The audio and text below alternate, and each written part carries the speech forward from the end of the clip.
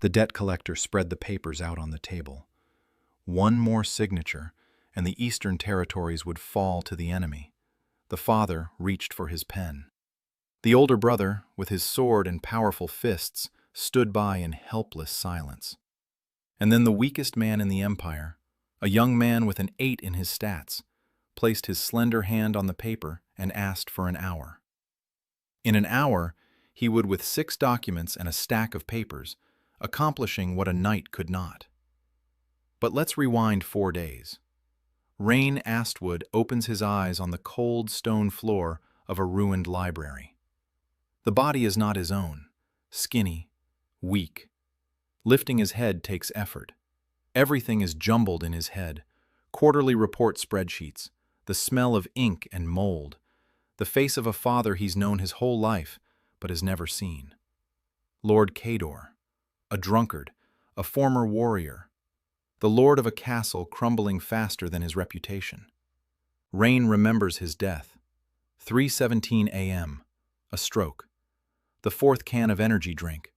32 hours without sleep. The deadline. He worked as a data analyst, not a hero, not a genius. A man who spent 14 hours a day staring at spreadsheets and saw what others missed. And here he is, in a world, in a new body, and this body is doomed. In this world, stats decide everything. The crystal records them at birth: strength, speed, magic, will. 8 parameters, 8 numbers. A peasant's hover around 10. A knight's are under 50. The emperor's strength is 347. And Rain Astwood's all 8 parameters are at 1. A total of 8. The lowest score in 200 years of the imperial registry. A disgrace to the family. Living proof that the Astwood house has degenerated. 17 years in this body have burned his anger down to embers. The habit of counting remains. Rain reaches for the candle, and then it happens. Quietly, without a clap of thunder, a blue window flashes before his eyes. The Dynasty system is activated. Growth condition, progeny, a multiplier of 100 for each child. Current stats are pitiful. Potential is infinite. Begin to reproduce. Rain reads, closes his eyes, opens them. The window doesn't disappear, and he sits down on the floor because his legs give out. Not from weakness, from arithmetic. 1 child. All stats at 100. Strength of 1 becomes 100. Imperial knight level. 2 children. Multiplier of 10,000. There are no such numbers in the registry. 3 children. 1,000,000. Rain grabs a pen and writes a column in the margins of his father's IOU. 4. 100 million. 5. 10 billion. The pen freezes. The system wants him to breed like a stud horse. Rain closes his eyes and decides. No, he will not reproduce. He will build. Every child is not a multiplier. It is an heir, the future of the lineage. So it's not women he needs. He needs allies, mothers of the dynasty. And every union must be optimal. Rain folds the receipts and smiles for the first time in 2 lifetimes. The system wants a dynasty. He will build one that will make the world tremble. But on his terms. For 2 days, he doesn't leave the library. The servants whisper that the young lord has gone mad. He doesn't sleep. He only writes. They don't know that he is doing what he does best in the world: analysis. All the family's trade ledgers from the past 200 years gather dust here. No one has read them in decades. Rain reads them, and he sees not chaos.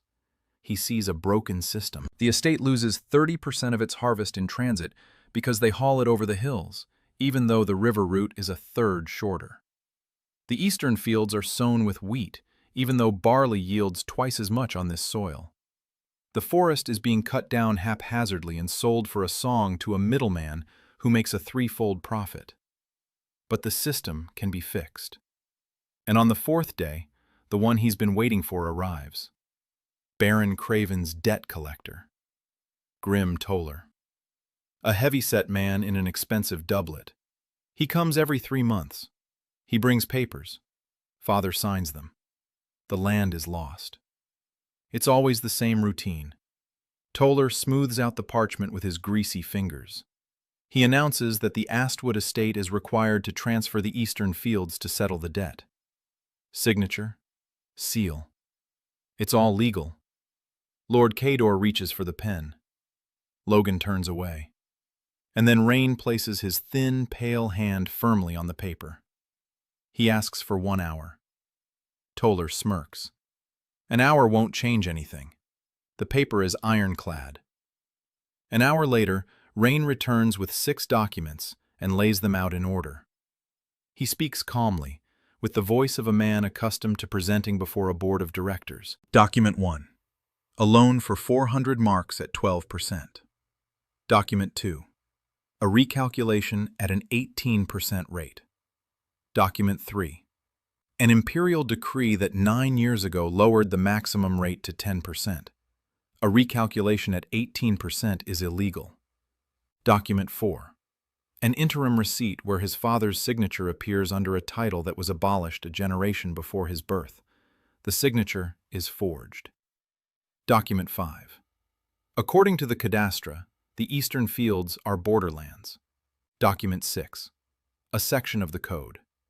Borderlands fall under the direct jurisdiction of the Crown. They cannot be transferred for private debt without the permission of the Imperial Marshal. Silence. Toller turns pale. His mouth hangs open. For the first time in years, Lord Cador looks not at the bottom of his cup, but at his younger son. Logan looks at the brother he has known for 24 years and does not recognize him. The weakest man in the Empire has stopped the enemy with a single stack of papers. Rain folds the documents and tells Toller that the House will review all debts from the past 20 years. Until then, they will not sign anything. Toller leaves, and Rain leans his back against the door, and his hands begin to shake. Because in this body, he's still afraid. Stats are 8. A single blow from a guard would have killed him. Toller could have broken his arm, could have simply pushed him away and taken the paper. But he didn't, because he didn't expect it. No one expected it. Rain slides to the floor. Inhale, exhale. The trembling subsides, because the next step is already forming in his mind, and the one after that. For the first time in 2 lifetimes, he doesn't just have a job, he has a project. The next morning, he begins a full audit of the house spanning 20 years. Brem brings 4 chests of dusty papers. Rain spreads them out on the floor and sorts them, day after day. And a terrifying picture emerges. 40% of the debts are illegal. Inflated rates, forged documents, land sold twice. For 15 years, the Craven family had been robbing the Astwoods, not with a sword, but with paper. And no one noticed, because no one had done the math. Rain did the math.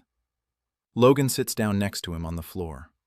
For 5 years, he bargained, pleaded, and threatened when he had the nerve, and not once did it occur to him to simply check the numbers. Rain says it's not his fault. No one here knows how to count. It's not part of their world. But now, the house has someone who does. And in his older brother's eyes, for the first time in 5 years, there is no pity. Something like hope.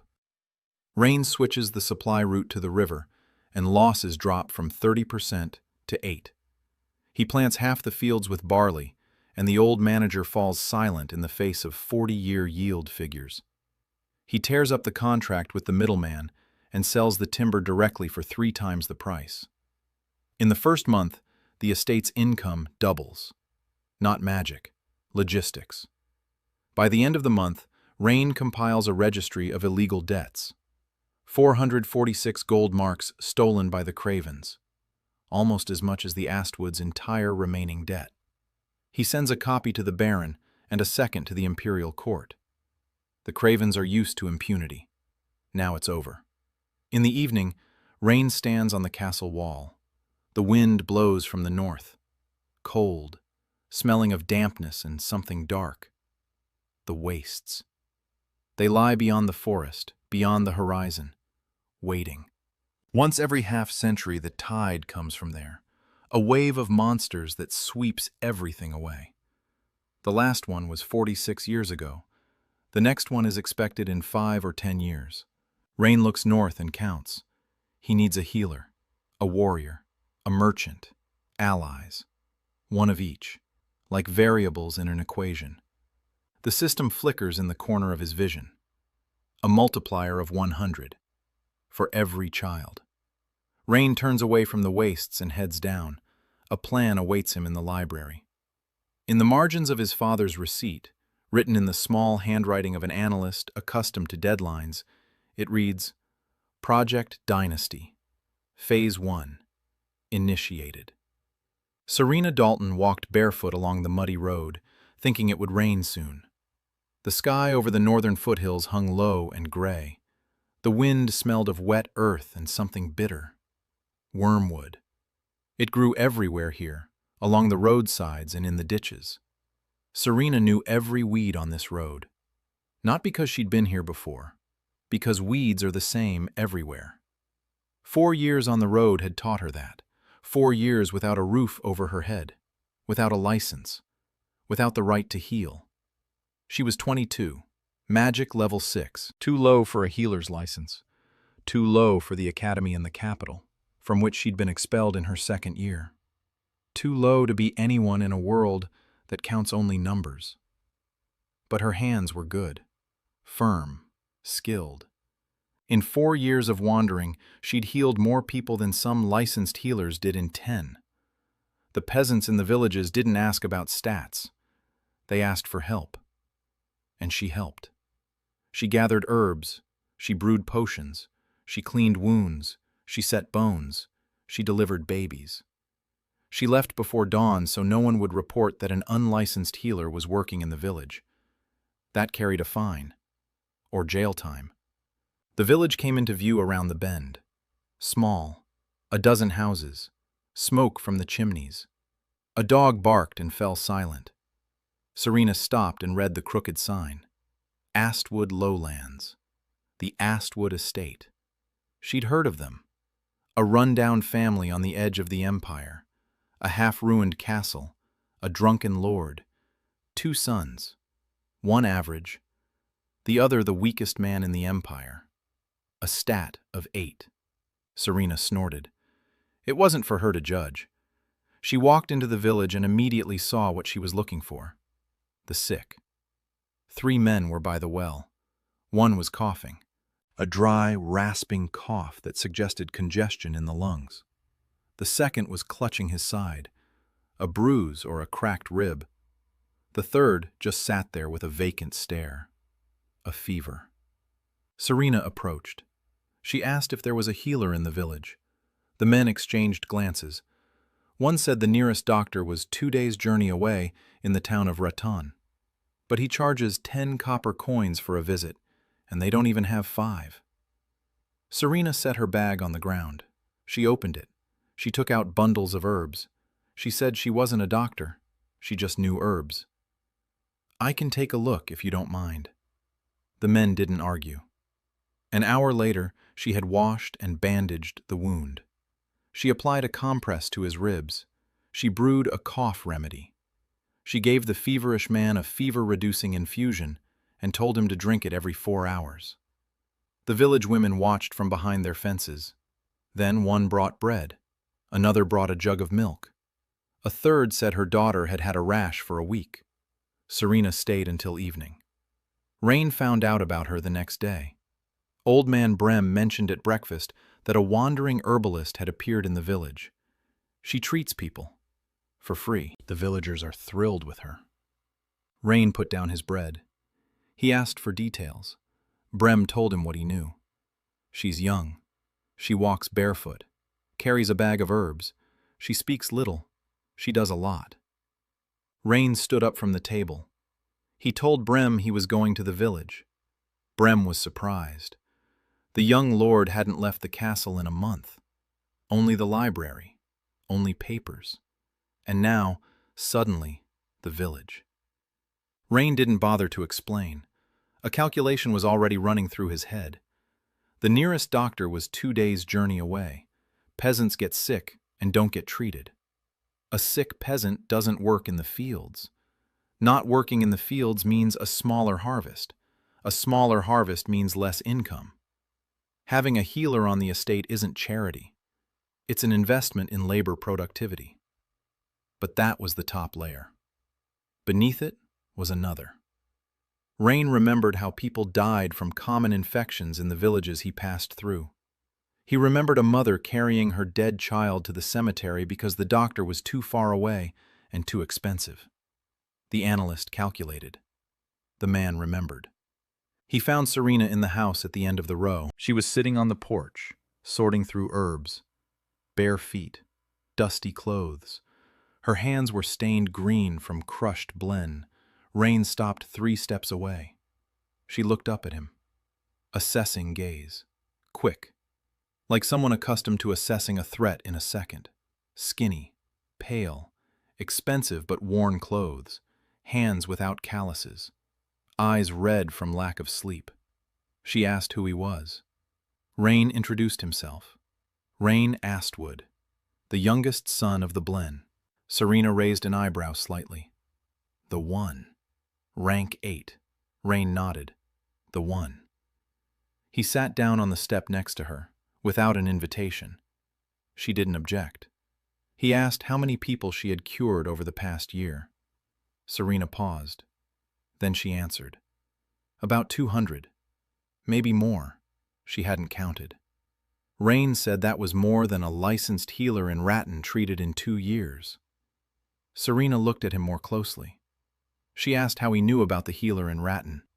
Rain said he'd read the City Guild's reports from the past year. They were kept in the trade ledgers that passed through the estate. The healer in Ratton treated an average of 8 patients a week. 400 a year. Minus holidays and the healer's own sick days. About 350. Half of them were repeat patients. That means about 180 unique patients. Serena treated more. Without a license. Without an office. Without tools. Barefoot on the road. Serena was silent. Rain continued. He said he didn't care what kind of magic she had. 6 or 600. He was interested in the result. 200 people cured in a year is a result. He offered her a job. Healer of the Astwood estate. Lodging, food, money. Not much, but steady. And access to a library containing old herbal texts, written before the Academy decided that healing without magic was impossible. Serena looked at him and said nothing. Her lips pressed into a thin line. 4 years. For 4 years she had walked the roads, and every time she stopped, someone asked about her stats, about her license, about her credentials. But this skinny boy with an 8 in stats asked about the result. She turned away. She quickly ran her hand over her face. Rain noticed but didn't look. He gave her a minute. Then he said that the 3 villagers she had treated were in stable condition, but the man with the fever needed a follow-up exam in 2 days. Serena turned to him. Her eyes were shining, but her voice was steady. She said he needed to be re-examined in a day, not 2, because he didn't just have a fever, but an infection from an old wound on his leg that he hadn't shown her. Rain nodded. He said she was hired, and so Serena Dalton came to the Astwood house. The first person Rain had chosen, the first variable in the equation. She settled into a small room on the ground floor of the castle, closer to the exit, in case she had to leave quickly. A vagabond's habit. For the first week, she treated the villagers. New ones came every day. Coughs, cuts, backaches, childhood rashes, women's ailments. Serena worked silently and with concentration. Her hands moved with confidence.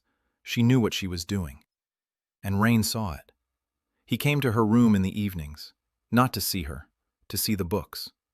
He brought old herbal books from the library, and they sat side by side, leafing through the yellowed pages. Serena read the recipes and commented, "This works. This is outdated. This is dangerous. This can be improved by adding ash bark instead of oak. Rain took notes.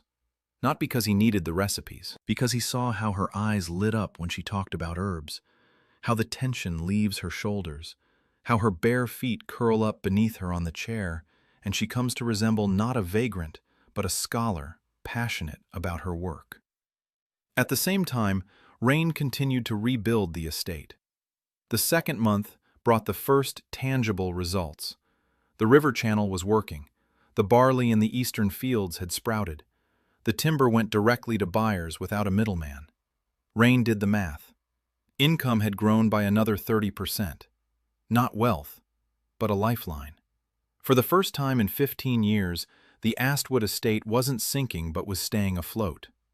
Logan helped, silently, without questions. He did what Rain told him to do. He redirected the peasants to new fields. He oversaw the clearing of the channel. He drove the lazy servants. He was good at it. He was a good executor, strong, reliable, but not a leader. Rain saw it and didn't say it out loud. There was no need.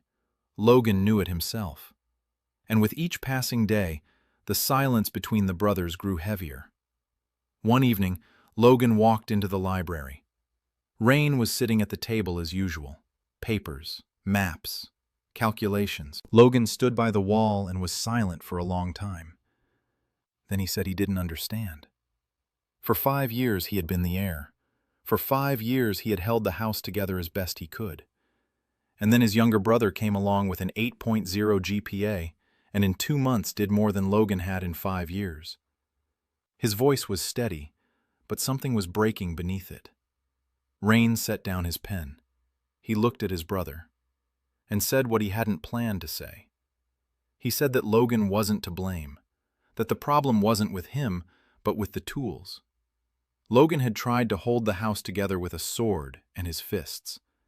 In a world where the enemy attacks not with a sword but with paper, it's like trying to put out a fire with a hammer. You can strike very hard, but the fire won't go out. Rain said he didn't have a sword. He only had a pen and numbers. But Logan had something Rain didn't. The peasants' respect. A strength that was visible. A presence that made people feel safe. Rain said he needed Logan, not as an executor, as the face of the house. Rain can calculate and plan, but to go out to the people, to stand before them, to be the one they see when they look at the castle, that has to be Logan. Because a baron with an 8 in stats is a joke, but a baron with a 34 in stats and a brother who can count, that's power. Logan stood by the wall. He was silent. Then he nodded, once, briefly, and walked away. But the next morning, he got up before everyone else. He went out into the courtyard and began repairing the gate that hadn't closed in 3 years, with his own hands. By the end of the second month, the first settler arrived at the estate, a carpenter from Ratton named Howell. He'd heard that the Astwoods paid for work honestly and on time. Unusual news for a border barony. Howell brought his wife and 2 children. Rain gave them an empty house on the edge of the village. He commissioned the repair of the barn. He paid in advance. A week later, Howell told his acquaintances. Another week later, 2 more arrived. A blacksmith and his apprentice. Rain calculated. Every new person means a new skill, new hands, new income. The carpenter repairs. The blacksmith makes tools. Tools increase productivity. Productivity increases the harvest. The harvest increases income. Income attracts new people. A spiral. Positive feedback. Something this world didn't know, but Rain had seen in a dream. Literally, he had dreamed of growth charts. The Cravens were silent. 2 months without a response to Rain's legal attack. This worried him more than open conflict. Silence meant preparation. Rain was waiting for the blow. He didn't know where it would come from, but he knew it would come. Baron Craven was not the type to forgive humiliation. And for him, what had happened was precisely that, humiliation. A kid with an 8.0 GPA had publicly taken his manager apart. You don't forget something like that. Rain checked his mail every day. He waited for a response from the imperial court. He waited for a response from Craven. He waited. And he prepared. A new document appeared on the table in the library next to the financial records. A list of the estate's weak points. Military weak points. The palisade is rotten. The gates don't lock. There were no weapons except for 3 rusty swords and a single crossbow without a bowstring. There were exactly 2 people who knew how to fight. Logan and a peasant who had been a militiaman. The estate wouldn't last an hour against a serious attack. Rain needed a warrior, a commander, someone who knew how to defend. The letter arrived 3 days later, not from Craven, not from the court, from somewhere else. Cora Blackhall, the widow of Lord Blackhall from a branch of the Astwood family. Rain knew that name. He'd found it in genealogical records, a distant relative, a very distant one. Cora's letter was brief, dry, almost rude. Her husband had died 2 years ago in a skirmish with the creatures from the wastes. The land had gone to the creditors. No people, no money. She'd heard the Astwoods were taking people in. If needed, a swordswoman was ready to work for food and shelter. Stats attached. Strength 78, speed 65, higher than Logan's. Rain read the letter twice. Then he looked at his list of weak points, then back at the letter. A coincidence, or not? He wrote a reply that same day, short, dry, almost rude. Come. Cora arrived a week later, on an exhausted horse, in tattered armor, with a sword that looked better than everything else she was wearing put together. Tall, broad-shouldered for a woman, a scar across her left eyebrow, eyes like someone who had stopped fearing death because they no longer considered it a punishment. She dismounted in the castle courtyard and looked around. Rain was standing on the porch, skinny, pale. She looked at him and said she'd imagined the castle's master differently. Rain said he imagined himself differently too, every morning. And then he looks in the mirror. Cora snorted, not a laugh, but close. Rain led her through the castle, showed her the walls, the courtyard, barracks that hadn't been used in 10 years, the palisade. She was silent and watched, the eyes of a professional assessing the perimeter. Then she said that the defenses here were abysmal. The palisade was rotten, the walls were thin, the tower on the north side was leaning, the gates wouldn't withstand a battering ram. If 20 armed men came, the castle would fall in an hour. Rain nodded. He said he knew. That's why she was here. He needed someone who could build defenses from scratch. Not a soldier, a commander. She was the only one he knew who had survived a real battle against the creatures from the wastes. He wasn't asking her to live for his sake. He was asking her to live for the sake of 12 servants and 50 peasants and 1 idiot with an 8 in stats who would otherwise be the first to die. Cora looked at him. For a long time.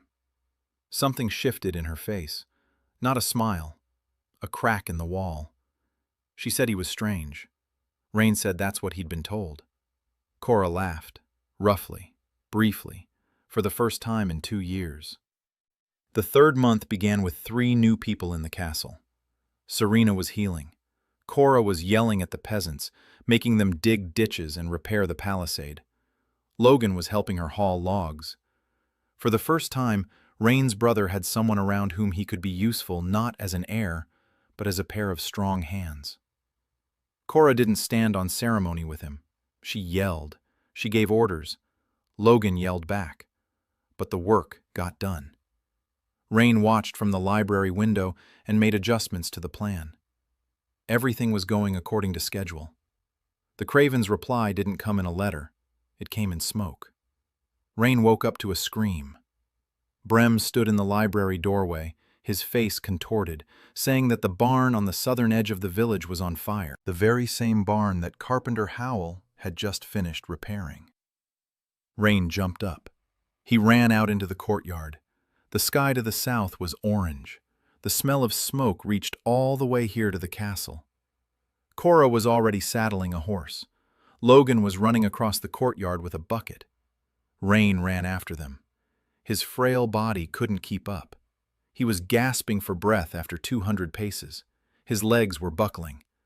Strength won. Stamina won. He reached the barn when the fire had already devoured the roof and spread to the neighboring shed.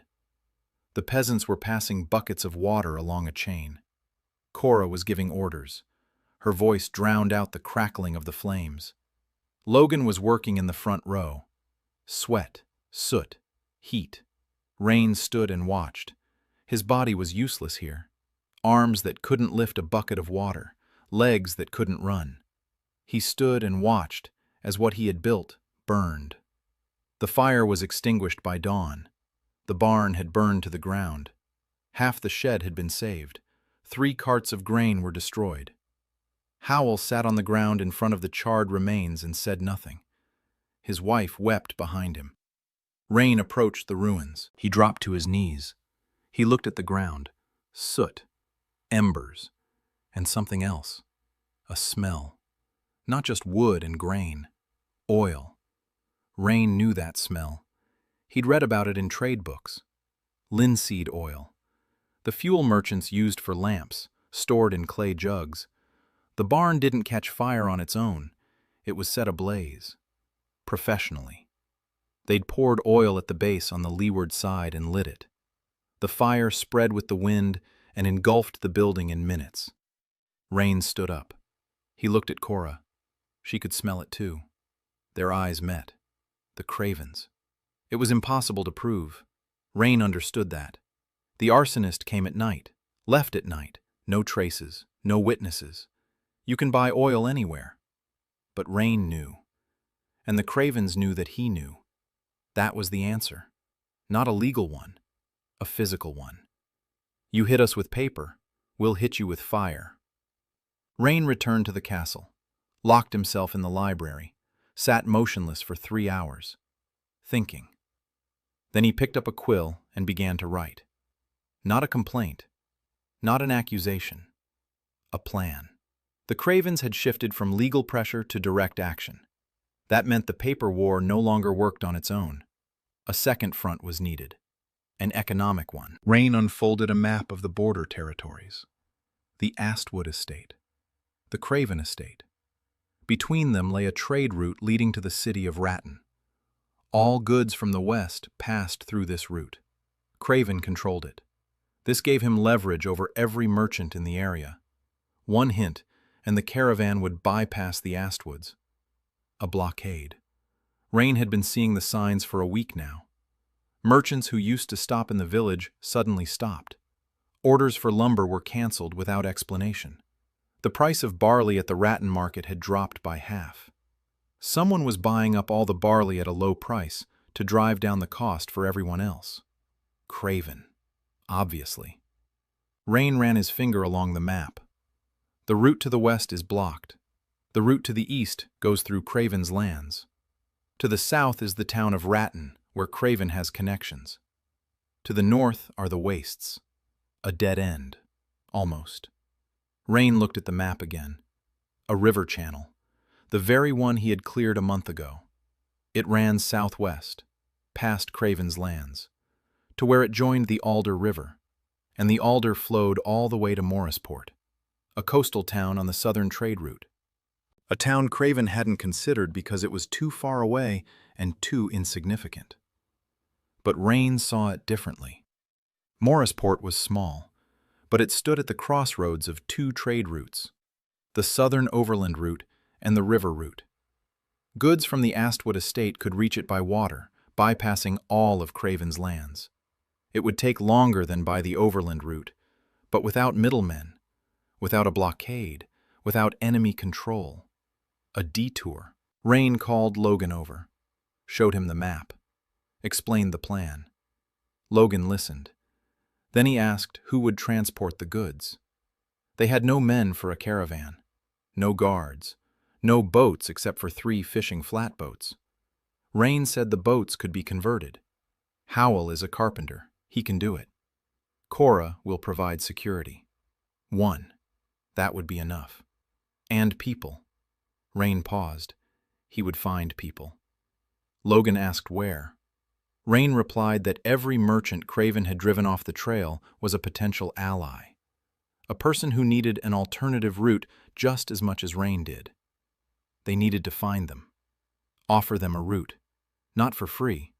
For a share of the profits. A partnership. Logan shook his head. He said that Rain was overcomplicating things. Rain said that the world was too simple, and that was exactly why it was so easy to win in it if you thought even a little bit. Logan smiled. For the first time, it wasn't bitterness but something resembling respect.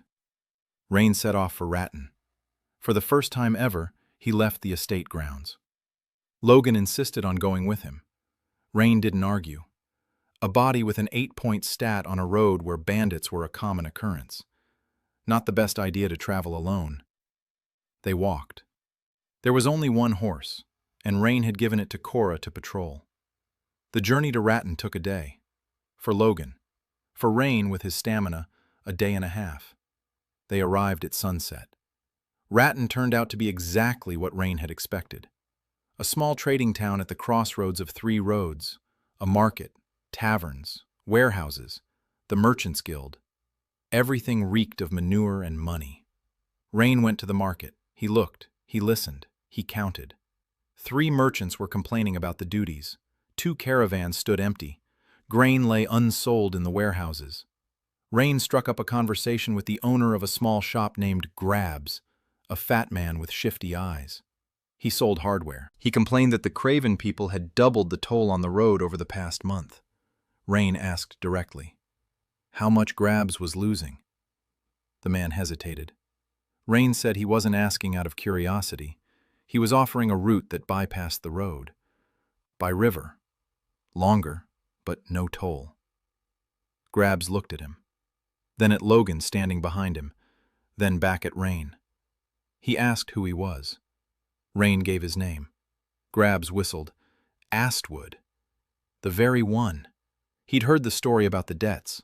All of Ratton had. The kid with an 8-point stat who'd outmaneuvered Craven's collector with just some papers. Grabs smirked. Said it was impressive. But papers are just papers.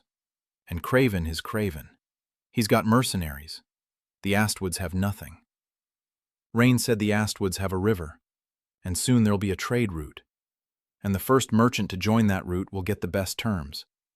Because he'll be first. And the first always gets the most. Grabs was silent, he thought. Then he held out his hand. He said he wanted to see this river. Rain returned to the estate with 3 contacts. Grabs, a miller named Dunn who owned his own barge, and the merchant's widow, Heiress, who owned a warehouse in Morrisport and was looking for a timber supplier. 3 people, 3 links in the chain. Rain sat down in the library and drew a diagram. The Astwoods cut down the forest. Howell builds boats from some of the timber. The rest is loaded onto the boats and travels down the channel to Alder. From Alder to Morrisport. There, Heiress sells it. Grabs sends his goods back upriver. Dunn provides transportation. Everyone gets a share. A closed system, independent of the Craven route. Rain closed his eyes and saw a spreadsheet. Rows, columns, formulas, margins, logistics. He smiled. It was beautiful. Not by the standards of the capital's trading houses, but by the standards of the border barony. It was a revolution. While Rain built trade routes, Cora built defenses. Methodically, rigorously, without compromise. She made every able-bodied man in the village train for 2 hours a day. Not with swords, with stakes, sticks, stones, whatever was at hand. She taught them not to fight, but to survive. How to stand so you wouldn't be knocked over. Where to strike to stop an attack. How to retreat without panicking. The peasants hated her the first week. By the second week, they started to fear her. By the third, they started to listen. Cora wasn't a kind teacher. She was effective. Logan trained alongside the rest. Cora made no exceptions for him. The Baron's heir stood in line with the peasants and took a stick to the ribs when he opened up. Logan was angry. He cursed, but he didn't leave. and with each passing day his strikes grew more precise. The palisade was repaired, not replaced. There was no money for a new one, but they pulled out the rotten posts and put in fresh ones. Cora identified 3 directions of attack and set up simple traps at each one. Pits with stakes, ropes stretched between trees, barrels filled with stones on the slope. Primitive, but it would hold off 20 mercenaries. Rain checked the calculations. He asked Cora how many people she could realistically hold off. Cora replied, 20 for half an hour, 30 for 10 minutes, 50, no way. Rain wrote it down. He put it in a folder labeled Military Analysis. Cora looked at the folder and asked if he had a folder for every possible scenario. Rain said he had a folder for every scenario he could foresee, and another one for scenarios he couldn't foresee.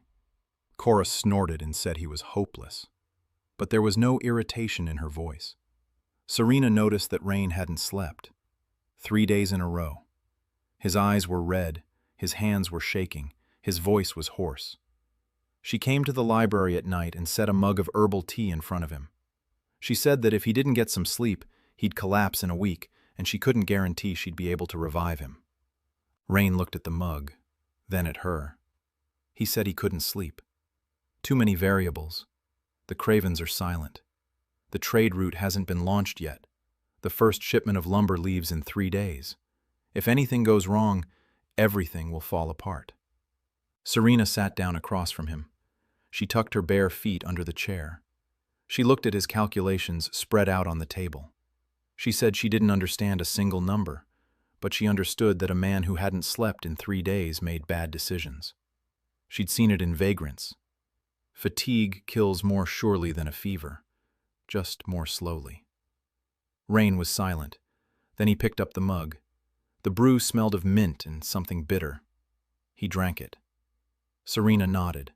She stood up. She walked to the door. At the door, she turned around.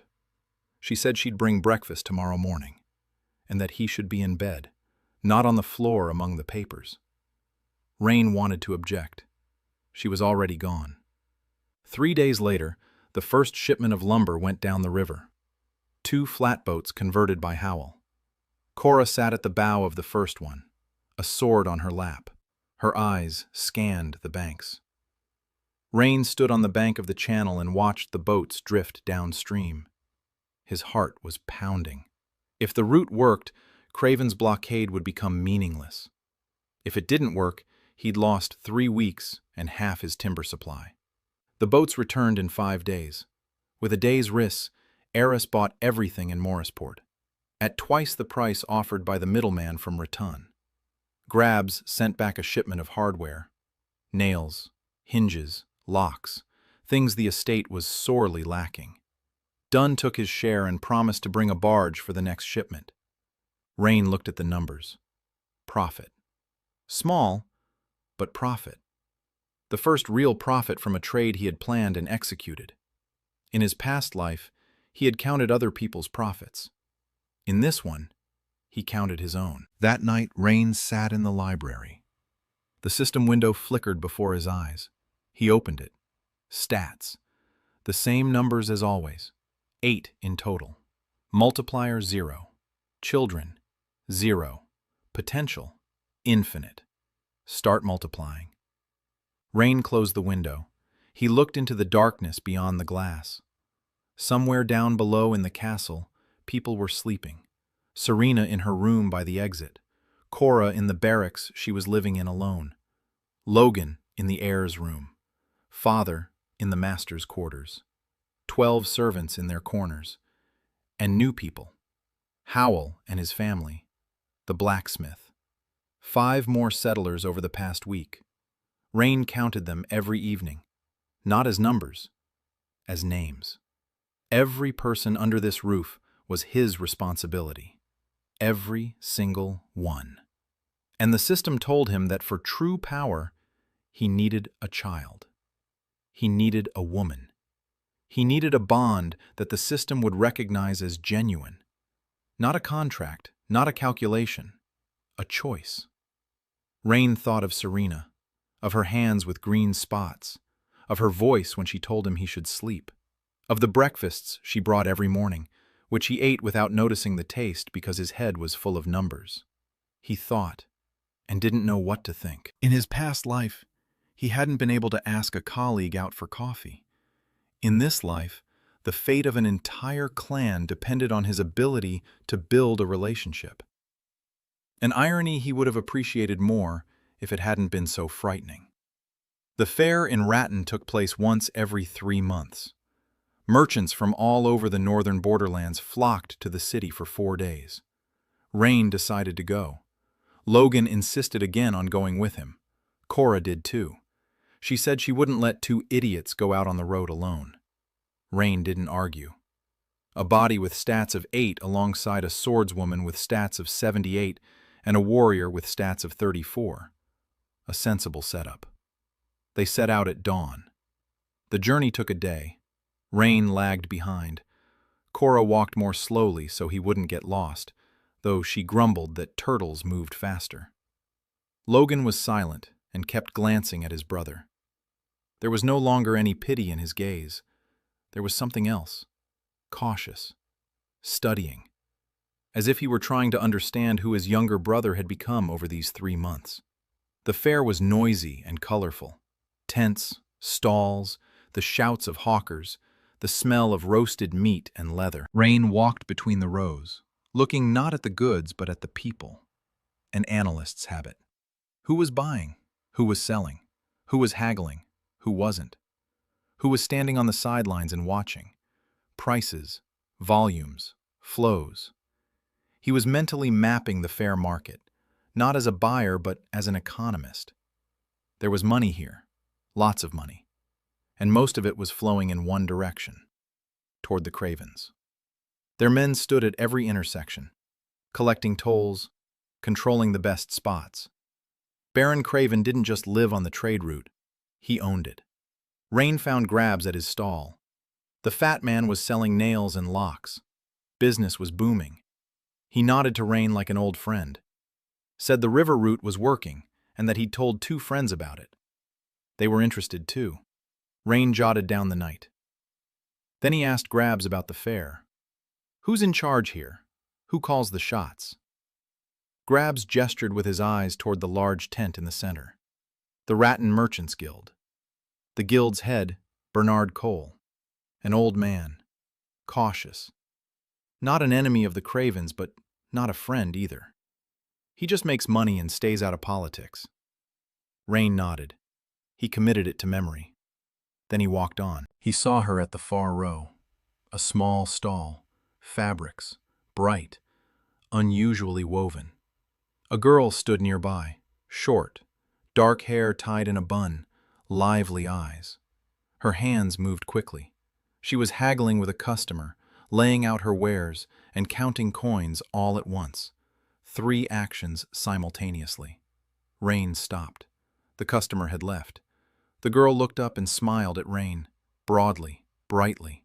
A professional merchant's smile that says, "Welcome, and I have the best goods at the fair." Rain looked at the fabrics. He asked where they were from. The girl answered quickly. From the islands, from the southern archipelago. House of Heian. Silk thread and sea cotton. The best quality on this side of the strait. Rain touched the fabric. Soft. Durable. He asked the price. The girl named it. He did the math in his head. A markup of 300% on the estimated wholesale price. Normal for imports, but too much for the border market. He told her so. The girl blinked. Her smile faltered for a second. Then it returned. She asked how he knew the wholesale price of island silk. Rain said he'd read the trade reports from the southern ports for the past year. They'd passed through the estate's mail. The girl was silent. The smile was gone. Something else remained. Interest. Genuine. Her name was Mina Hayan. She was 19. The heiress of an island trading house. The former heiress. The house had been ruined by a pirate raid. The ships were burned. The warehouses were looted. Her father was in debt. Mina had sailed to the mainland with a single chest of goods and a plan to earn enough to pay off her family's debts. She didn't tell him this right away. At first, they spent an hour talking about prices, margins, and the logistics of maritime transport. Rain asked questions. Mina answered, quickly, precisely, with figures she knew by heart. This girl could calculate in her head faster than anyone Rain had ever met in this world. And she knew the markets, the southern ports, the trading houses, the routes, the prices, the seasonal fluctuations. Rain listened, and a new row formed in his mind's table. Mina wasn't just a trader, she was a network. Connections to the southern ports that he doesn't have, market knowledge that's beyond his reach, and a speed of thought that complements his analytics like a second processor. He offered her a deal right there at the fair. He provides the goods and the routes. She'd handle sales and connections. A partnership, 50-50. Mina was silent. Then she asked why he wanted this. She had no name, no money, no reputation on the continent. Rain said she had a brain, and that he preferred partners with brains to those with only money. Mina looked at him for a long time. Then she held out her hand. She said she wanted to see the contract in writing before the end of the fair. Rain shook her hand, small, strong, calloused from oars. By lunchtime, Rain had walked through half the fair. In his head was a complete economic profile of the northern borderlands. Prices for grain, for timber, for iron, for cloth, for salt. Who was selling, who buys, where demand exceeds supply, where the opposite is true. He saw opportunities at every turn, not because he was a genius, because no one here did the math. Merchants operated on intuition, on habit, on tradition. Rain worked with data, and the data said that the border market was inefficient, wildly inefficient. The argon that merchants lost due to poor logistics ranged from 20 to 40%. Anyone who optimized routes and delivery times would take that margin for themselves. Rain was going to be that someone. After lunch, he found what he had come to the fair for, aside from business contacts. A stall with drawings, small, at the very end of the row, almost unnoticeable. Sheets of drawings lay on the stall, portraits, landscapes, maps. Rain stopped. He looked at one drawing, a bridge, a familiar bridge. The eastern bridge across the stream on the border between the lands of the Astuds and the Crevens, but drawn from an unusual angle, from below, from under the supports. From this angle, you could see that the bases of the supports were rotten. Another year or two, and the bridge would collapse. Rain looked up. A girl was sitting behind the stall. Quiet, dark eyes, hands stained with charcoal. She looked at him warily. Rain said that she had drawn the bridge from an unusual angle. From this perspective, you can see that the supports are rotten. She drew it on purpose. The girl froze. Then she nodded slowly. She said she draws what she sees, and she sees details that others miss. Rain looked at the other drawings. The courtyard of the Craven estate. The layout of the guard posts. A path through the forest marked by a barely visible line. Each drawing was more than just a picture. It was information, encoded in lines and shadows. Rain asked her name. Alice. Alice Craven. He didn't flinch. His expression didn't change. He just blinked. The enemy's daughter. 20 years old. Magic level 12. Low stats for an aristocrat. Rain knew from the documents that Baron had a daughter whom he considered useless. Here she was, sitting at the fair, selling drawings that no one was buying. Rain looked into her eyes, a quiet fire, fear, and something else, something struggling to break free. He bought 3 drawings, paid 5 times the asking price. Alice tried to return the difference. Rain said he wasn't paying for the paper, but for the information. The bridge needed to be repaired, and without her drawing, he wouldn't have known. That was worth more than 5 pennies. Alice looked at him. at the skinny, pale guy her father called the disgrace of the Astwoods. And she saw a man who looked at her drawings and saw not just pictures, but her. Rain took the drawings. He nodded and left, without looking back. But he remembered every detail on every sheet. That evening at the tavern, Rain sat with Logan and Cora. Logan was drinking ale. Cora was drinking something stronger. Rain drank water and spread his notes out on the table. The day's results: 4 new business contacts, a contract with Mina Hayone, market intelligence, and 3 drawings by the enemy's daughter. Cora looked at the drawings. She recognized the Craven estate. She raised an eyebrow. She asked where they came from. Rain told her. Cora whistled. She said it was either luck or a trap.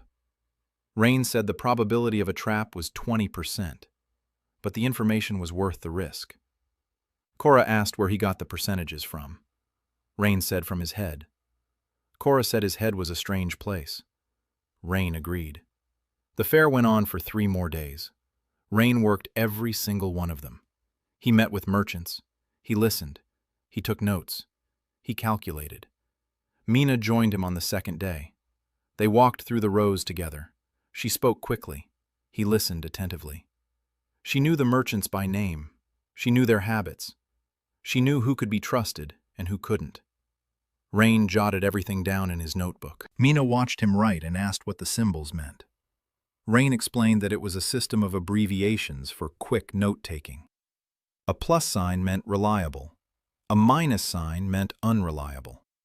An upward arrow meant a growing business. A downward arrow meant a declining one. Mina listened. Then she asked him to teach her.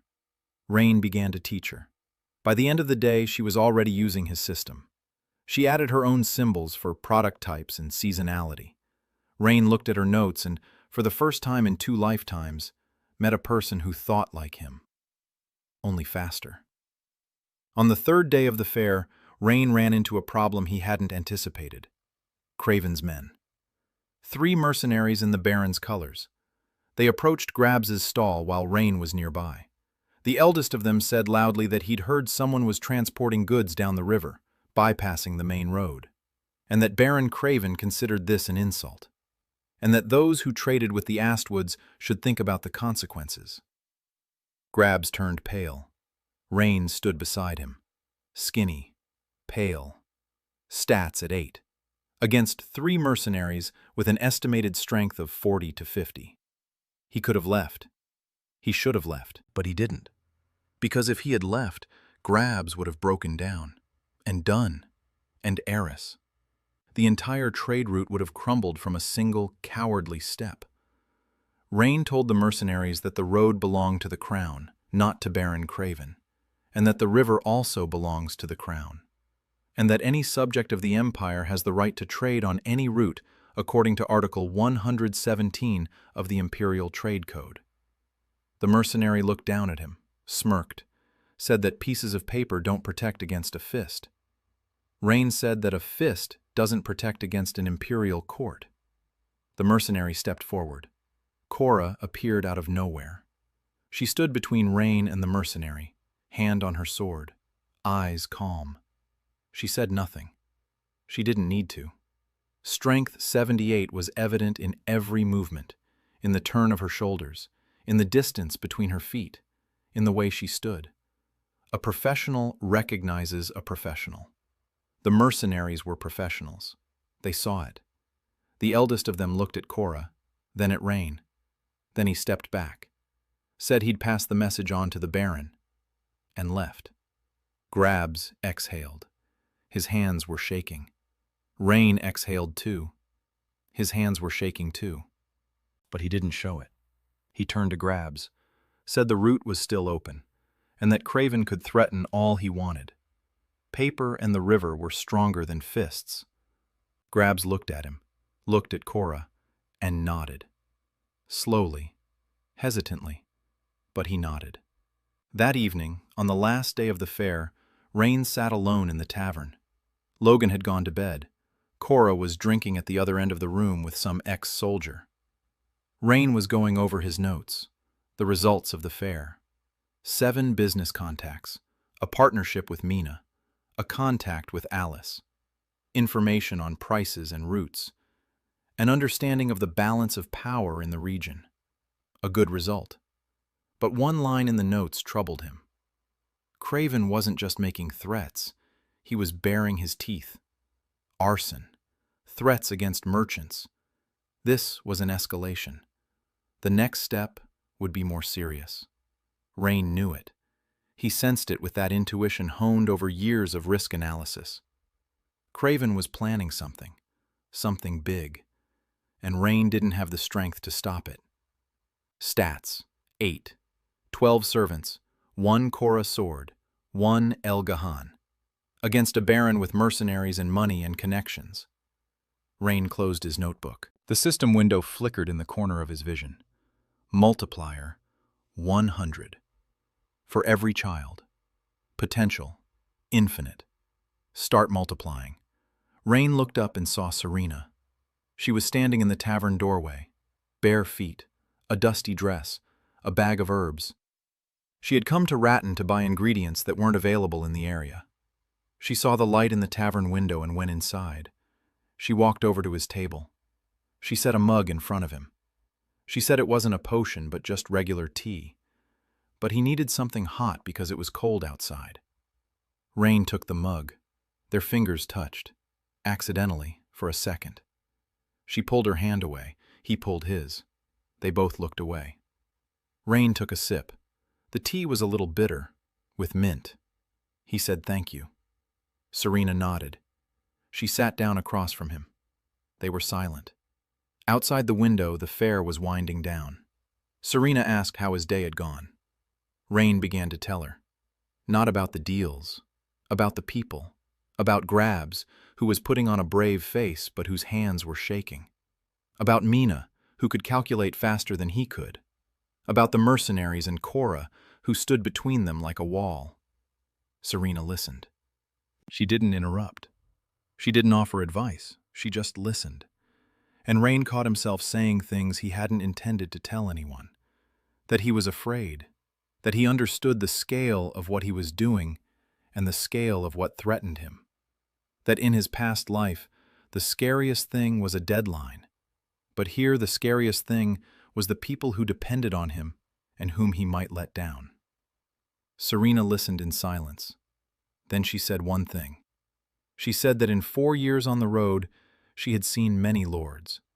They were all strong, high stats, sharp swords, and not a single one of them was afraid of letting their people down, because not a single one thought about their people. Rain was the first person she'd met with stats of 8 and a fear for others. And in her opinion, that was worth more than a strength of 100. Rain looked at her. Candlelight, dark eyes, the scent of herbs. He wanted to say something. He didn't know what. In his past life, in situations like this, he usually stayed silent and then regretted it. In this life, he stayed silent too. But he didn't regret it. Because Serena smiled, quietly, briefly, as if she understood everything he hadn't said. They sat in the tavern until closing time. They drank tea. They were silent. Sometimes they spoke. About herbs, about numbers, about the peasants who were recovering and those who were not yet. Rain returned to his room at midnight. He lay down. He closed his eyes. And for the first time in 3 months, he fell asleep without calculations in his head. Baron Edmund Craven filed a lawsuit on the first day of the 4th month. The Court of Dignity, an ancient law allowing one to challenge a family's right to the land if the lord is unworthy by blood and status. A messenger brought the summons in the morning. Brem brought it to the library, his face pale. Rain read it. He reread it. He placed it on the table. He stood up. He walked to the window. He stared out at the courtyard for a long time. Then he returned to the table and read it again. The wording was flawless. Baron Edmund Craven, Lord of the Eastern Estates, summons the House of Astwood to the Court of Worthiness pursuant to Article 73 of the Succession Code. Grounds. The youngest heir, Rain Astwood, whose total stats amount to 8, is the lowest in bloodline in the history of the family, which attests to the degeneration of the line and the unworthiness of the house to own land. The hearing is in 6 weeks.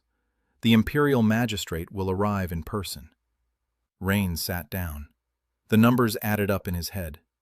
8 stats, the lowest in the empire. By the letter of the law, Craven is right. The court of worth relies on stats, on blood, on the numbers recorded in the crystal at birth. Rain could present all the financial successes in the world, but the law did not look at money. The law looked at the numbers above his head, and his numbers were his sentence. He gathered everyone in the great hall. Logan, Cora, Serena, Brem. He told them. Logan turned pale. He asked if they could refuse. Rain said no. The court of dignity is mandatory by law. Failure to appear is tantamount to a guilty plea. Cora cursed. At length. Professionally. She said it would be easier to go to Craven at night and settle the matter with a sword. Rain said they'd be hanged afterward. Cora said at least they'd be hanged with honor.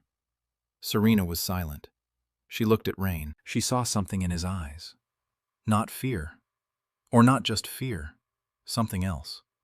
Calculation. Rain said they had 6 weeks, and that he wasn't going to lose. For the next 42 days, Rain worked like he'd never worked before. Not in this life. Not in the last. Not even before the deadline that killed him. He holed up in the library and started digging. Deep. Through the entire history of the Court of Dignity, across 200 years of imperial records. Every precedent, every ruling, every wording. He was looking for a hole, a loophole, a weakness in the law that could be exploited. And at the same time, he was preparing something that had nothing to do with jurisprudence. A complete financial audit of all the border baronies over the past years. Not just the Astwoods, everyone. The Cravens, the Mallorys, every baron and every knight who owned land on the northern frontier. He sent Logan to Ratton for documents from the city archives. He sent Mina to her business contacts for financial reports. He sent Cora to acquaintances who were former soldiers for information on the border tithe. Each brought back a fragment. Rain pieced the fragments together into a picture. The picture was terrifying and beautiful. Terrifying because the border barons, including Craven, had been systematically plundering the crown. The border tithe, the tax for maintaining the northern frontier, had not been paid in full for 14 years. Reports were falsified. The money ended up in the barons' pockets. Beautiful because it was leverage. Rain sat before a stack of documents and saw a chessboard. Craven had filed a court of merit case, a strong move, but it left his flank open. If Rain could show the court that Craven had evaded the imperial tax, it wouldn't just be compromising evidence. It would be a matter of jurisdiction. Borderlands fall under the crown's authority, not that of a feudal court. If the Astwood lands were borderlands and Craven hadn't paid the tithe, then the court of dignity presided over by a feudal magistrate could be deemed unlawful on procedural grounds. Not on the merits. On procedural grounds. Rain couldn't prove he was worthy, but he could prove the court had no right to decide. Days passed. Rain gathered documents. Serena brought him food. He forgot to eat. She left the tray and went away. Then she returned an hour later and found the food untouched. Then she sat down beside him and didn't leave until he had eaten it all. Silently. Patiently. Rain chewed without tasting anything and kept reading. Serena watched him and thought that this man would kill himself before Craven did. She started adding herbs for nervous exhaustion to his tea, without asking. Rain noticed that the tea had become bitter. He didn't ask why. Cora was training the men harder than usual. The court of dignity could end in anything, including violence. If the magistrate ruled against the Astwoods, Craven would gain the right to the land, and he would come to take it. With mercenaries. Cora was preparing for this scenario. 20 men from the village trained every day, with sticks and stakes. It was pitiful. Against professional mercenaries, they would hold out for minutes, but those were the minutes Cora intended to use. She had devised a defense plan, simple, brutal. Everyone not in the fighting force would retreat into the forest via a secret path. The combat unit would hold the gate. She would lead them.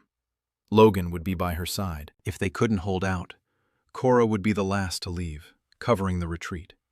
Rain looked at the plan and said he wouldn't let her die for him. Cora said it wasn't for him. It was for the people behind the wall. Rain remained silent, because there was nothing to argue against.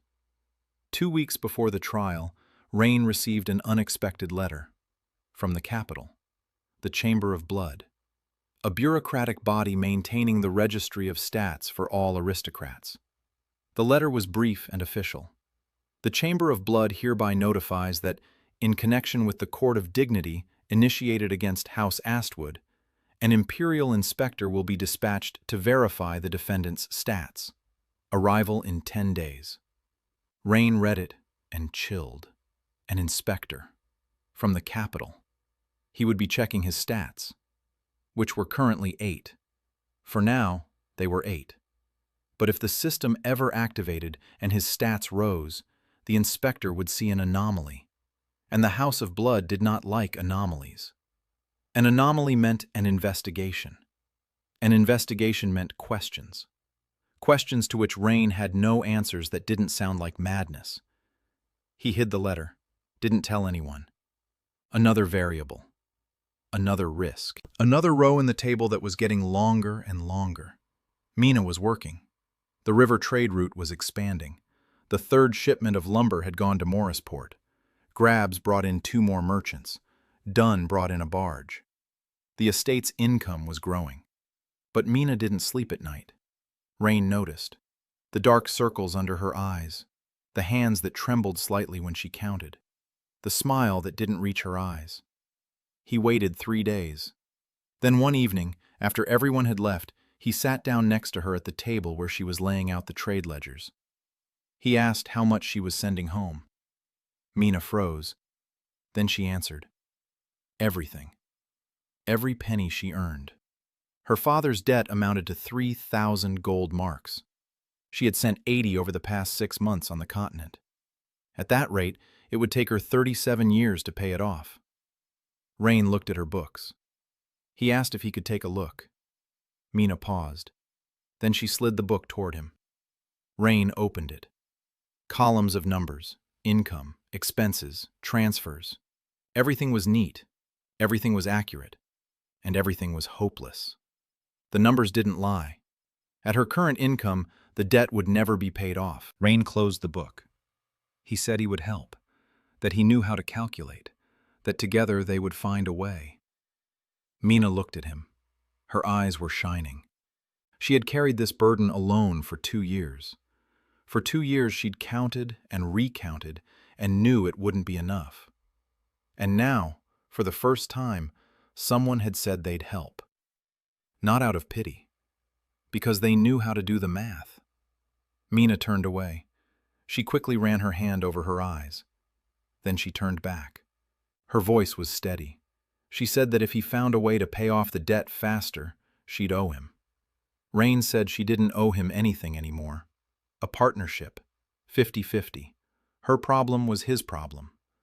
Mina opened her mouth, closed it. Then she quietly said, "Thank you." For the first time, without a smile.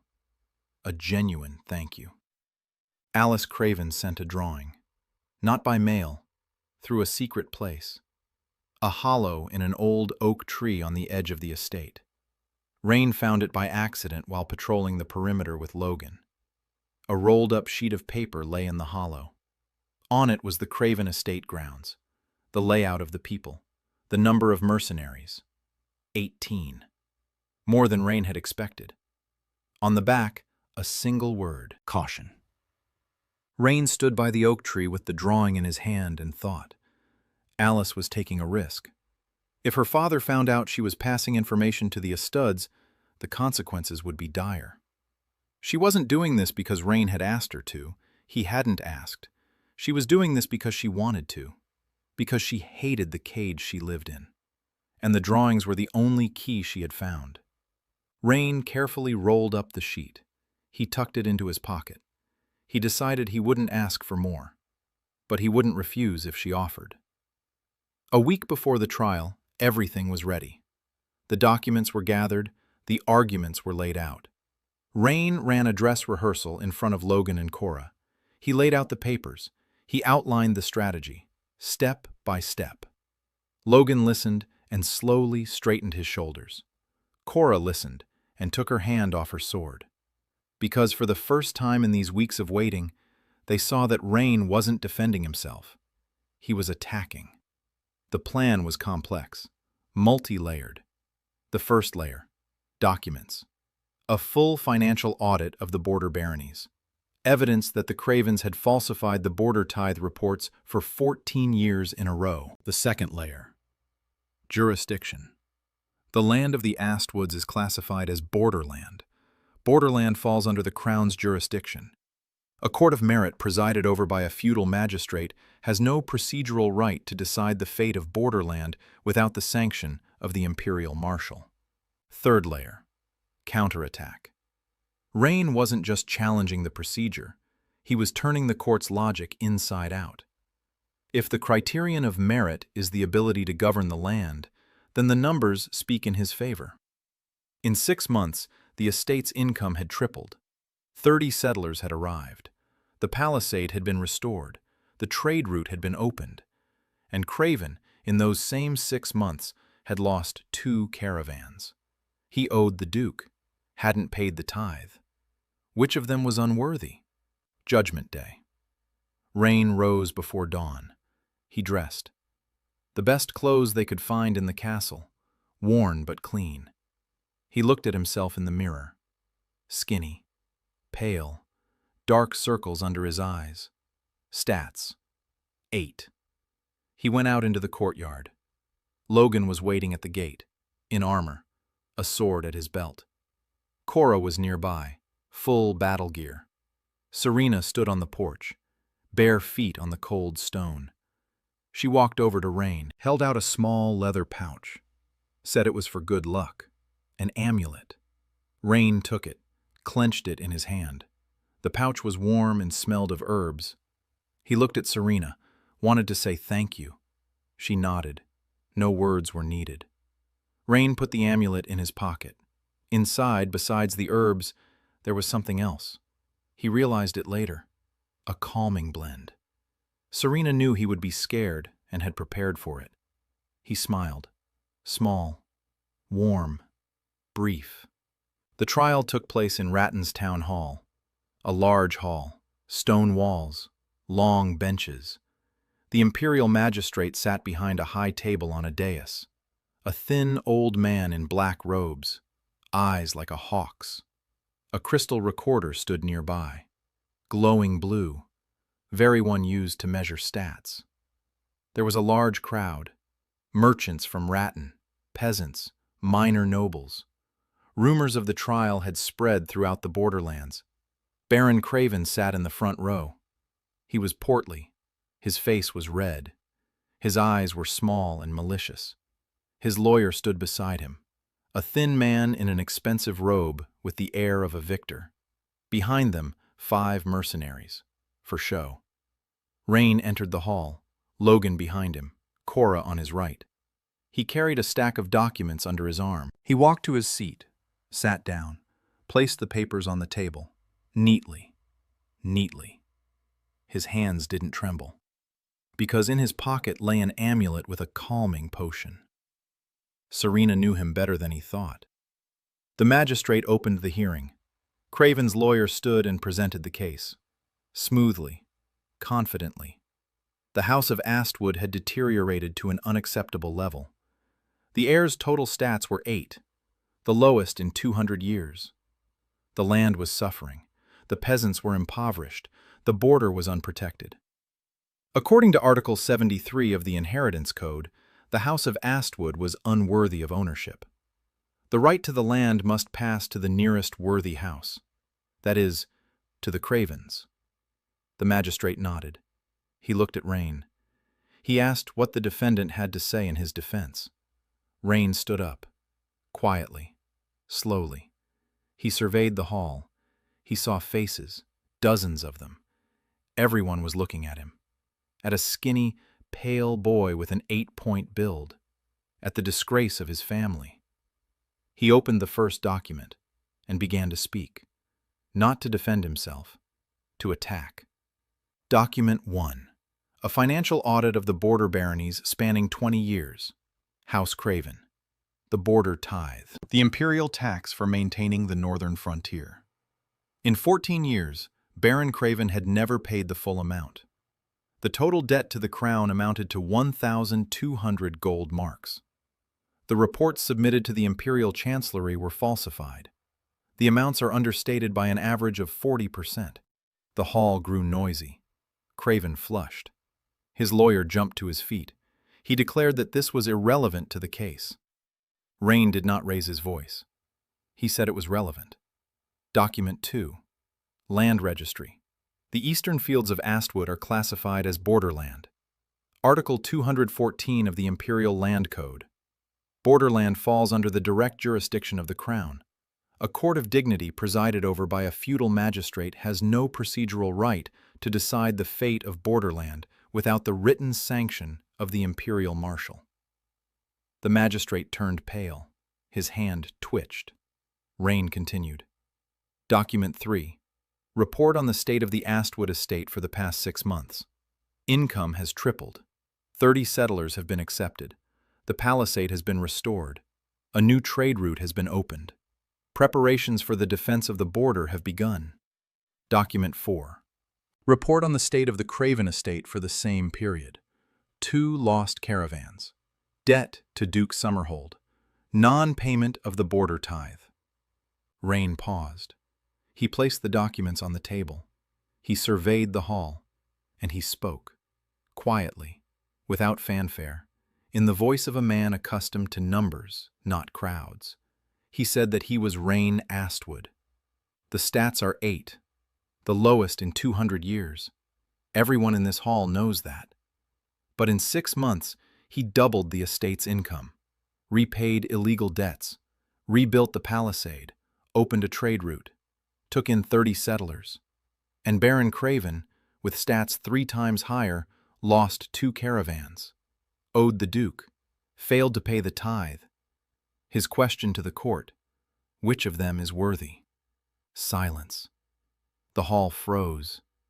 Rain stood, thin, pale. 8 stats. And in the silence, he heard the world around him re-evaluating its records. Behind him, Logan stood up to his full height, for the first time in years. Cora placed her hand on the hilt of her sword, not as a threat, out of pride. Somewhere deep in the hall, Mina clenched her fists and bit her lip to keep from screaming with delight. Serena, on a bench by the wall, touched an amulet just like the one in Rain's pocket. In the back row, Alice Craven sat next to her flushed father. She looked at Rain, and for the first time in 20 years, her face showed not fear. Hope. The magistrate was silent for a long time. Then he announced that, in light of the documents presented, the court required further investigation. The decision is postponed for 6 months. The House of Astwood retains all lands and the title until a final decision is reached. The House of Craven is required to submit a full report on the border tithe to the Imperial Chancellery within 30 days. Craven jumped to his feet. His face was crimson. The lawyer grabbed his arm. He whispered something. Craven broke free. He looked at Rain. There was hatred in his eyes. Pure, bright, unclouded. Rain held his gaze. He didn't look away. Stats: 8. Strength: 1. But his eyes didn't waver. Craven turned and walked out of the hall. His mercenaries followed. The hall exhaled. Rain gathered the documents, carefully, methodically. His hands were steady. He walked out of the hall. His people were waiting outside. Logan, Cora, Serena, Mina, Brem. Villagers who had come to watch. Rain looked at them, at their faces, at the hope in their eyes. He hadn't won. A draw, a 6-month reprieve. But he had bought time. Time during which much would change. He knew it. He could feel the numbers adding up to the future. Logan approached, placed a hand on his shoulder. Heavy, warm. He said nothing. He didn't need to. Cora nodded, briefly, in a military fashion. Mina smiled, widely, brightly, genuinely. Serena stood slightly to the side, watching, dark eyes, a quiet smile. Rain caught her gaze. She nodded, with a single movement, as if to say, "Well done. I knew it." That evening, Rain sat alone in the library. Before him was a map of the wastes, ledgers, records of the First Lord that he had found in a far corner of the archives. Old, faded, written by the hand of a man who lived 800 years ago. The First Lord of Astwood. Came from nowhere, had a frail body and impossible strength. Founded a house, built a castle, sealed something beneath the foundation, and vanished. Rain reread those lines over and over. Something about them wouldn't let him rest. A frail body and impossible strength. Like a person with a stat of 1 and a multiplier of 100. Rain looked at the small piece of paper next to the map. On it were his stats. 8, so far. And next to them, in the small handwriting of an analyst accustomed to deadlines, Project Dynasty. Phase 1 complete. Phase 2 begins. Below, another line. Note: next time, sleep more than 4 hours. In both lives. Chapter summary. The Court of Merit concluded with a 6-month reprieve. Rain counterattacked with documents proving the Craven's evasion of the border tithe and the illegality of the trial proceedings regarding the borderlands. Craven retained his title, but received a demand to report to the Empire. The Chamber of Blood is sending an inspector to verify the stats. Rain found records of the First Lord of Astwood, whose story suspiciously resembles his own. Phase 1 of the Dynasty project is complete. The Blood Chamber inspector arrived 3 days after the trial. Rain stood in the courtyard and watched as a carriage bearing the imperial coat of arms drove through the gate. Black wood, gold trim, 2 escort soldiers, and a woman in a dark blue uniform with silver buttons. She jumped down from the carriage without waiting for the soldier to hold out the step. Tall, straight back, hair tucked under a uniform beret. Her face was stern. Her eyes were gray, cold, appraising. She looked around. She looked at the leaning tower, at the patched-up palisade, at the courtyard, clean but poor. Then she looked at Rain, skinny, pale, worn clothes. She took a leather folder out of her bag. She opened it, read aloud. Nora Vale, Inspector of the Chamber of Blood, 3rd rank, arrived to verify the stats of the heir to the Astwood house in connection with a claim before the Court of Dignity. Request access to the registration crystals and full cooperation. Rain nodded. He welcomed her to Astwood. He hoped the journey hadn't been too arduous. Nora looked at him as if he were a nuisance. She said the journey was irrelevant to the matter at hand. She asked to be shown where she would be working. Rain showed her a room next to the library, the best one available. A bed, a desk, a chair, a north-facing window. Nora walked in. She looked around. She set her bag on the desk. She took out 4 leather-bound volumes, imperial codices, ink, quills, blank sheets. She arranged everything in perfect order, each item parallel to the edge of the desk. Rain stood in the doorway and watched. Pedantry, a habit of order elevated to a ritual. He recognized it. In a past life, he'd had a colleague in the audit department who aligned the staplers on her desk with a ruler. The best auditor in the company.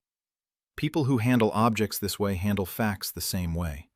meticulously, relentlessly. Rain realized that Nora Vale would be a problem. She spent her first day on the paperwork. She requested all records of Rain's birth, the crystal registry, his stats certificate, medical records if any. Rain provided everything. There was nothing to hide. Stats, 8. That's a fact. The crystal will confirm it. Nora studied the documents for 3 hours. She took notes. She cross-referenced them with the imperial registries she'd brought with her. Then she asked to have the crystal remeasure him. Rain agreed. They went down to the castle basement where the old crystal recorder was kept. Dusty, cracked, but still working. Rain placed his hand on the crystal. A blue glow. Numbers. Strength 1, Speed 1, Endurance 1, Magic 1, Perception 1, Intelligence 1, Willpower 1, Charisma 1, total of 8. Nora wrote it down. She looked at Rain, then at the crystal, then back at Rain. She said the result was confirmed. Total stats, 8, the lowest score in the current Imperial Registry. Rain nodded. He said he knew. He'd been living with it for 24 years. Nora didn't reply. She put the records in a folder. She went upstairs. Rain stayed in the basement. He stood alone in the dark next to the dim crystal. The system window flickered before his eyes. Multiplier, 0. Children, 0. Start reproducing. Rain closed the window and went upstairs. Nora turned out to be more than just an inspector.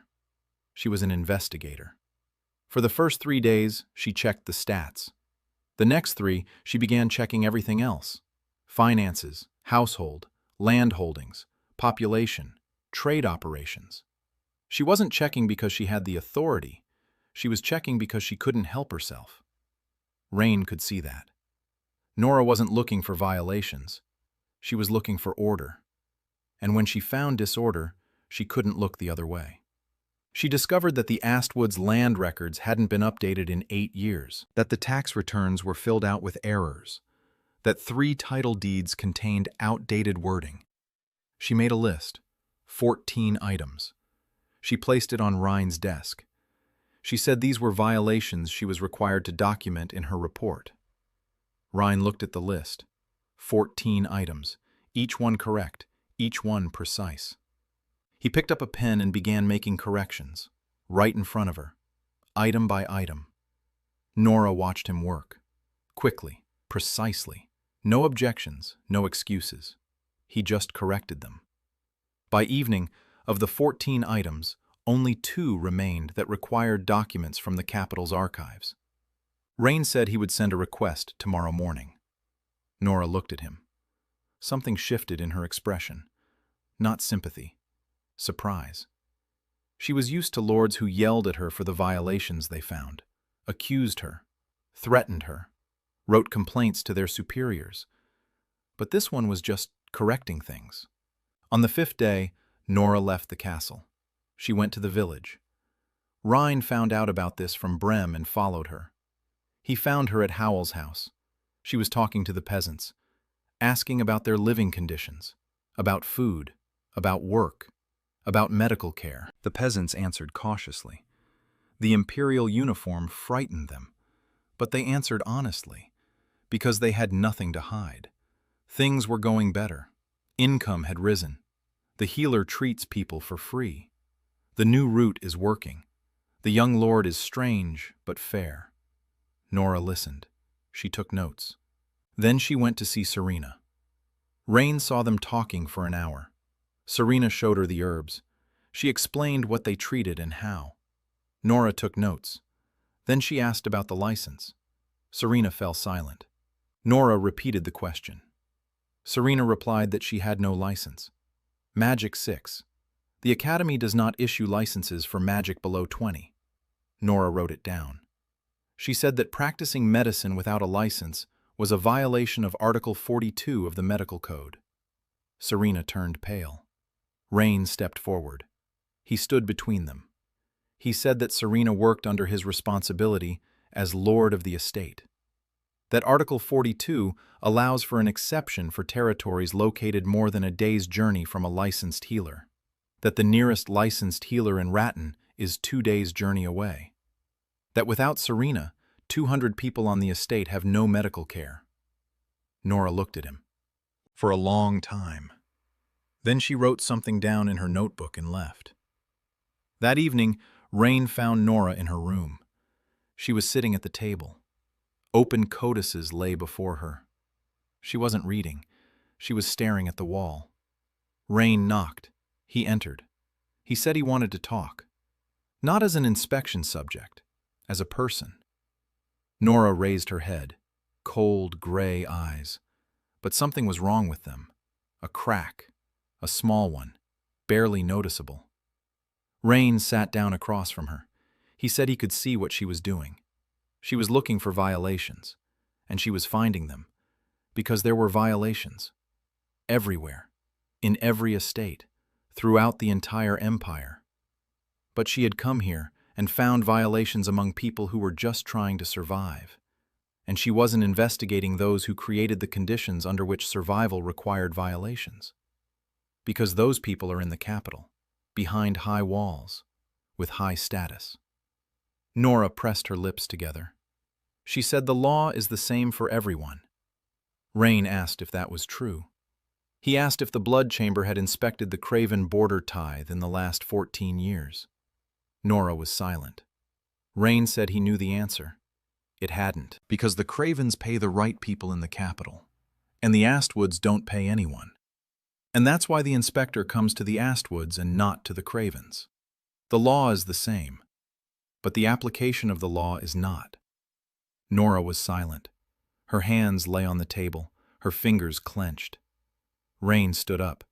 He said he wasn't asking her to turn a blind eye. He was asking her to open her eyes wider. And he left. Nora stayed at the estate for 2 weeks, then 3, then 4.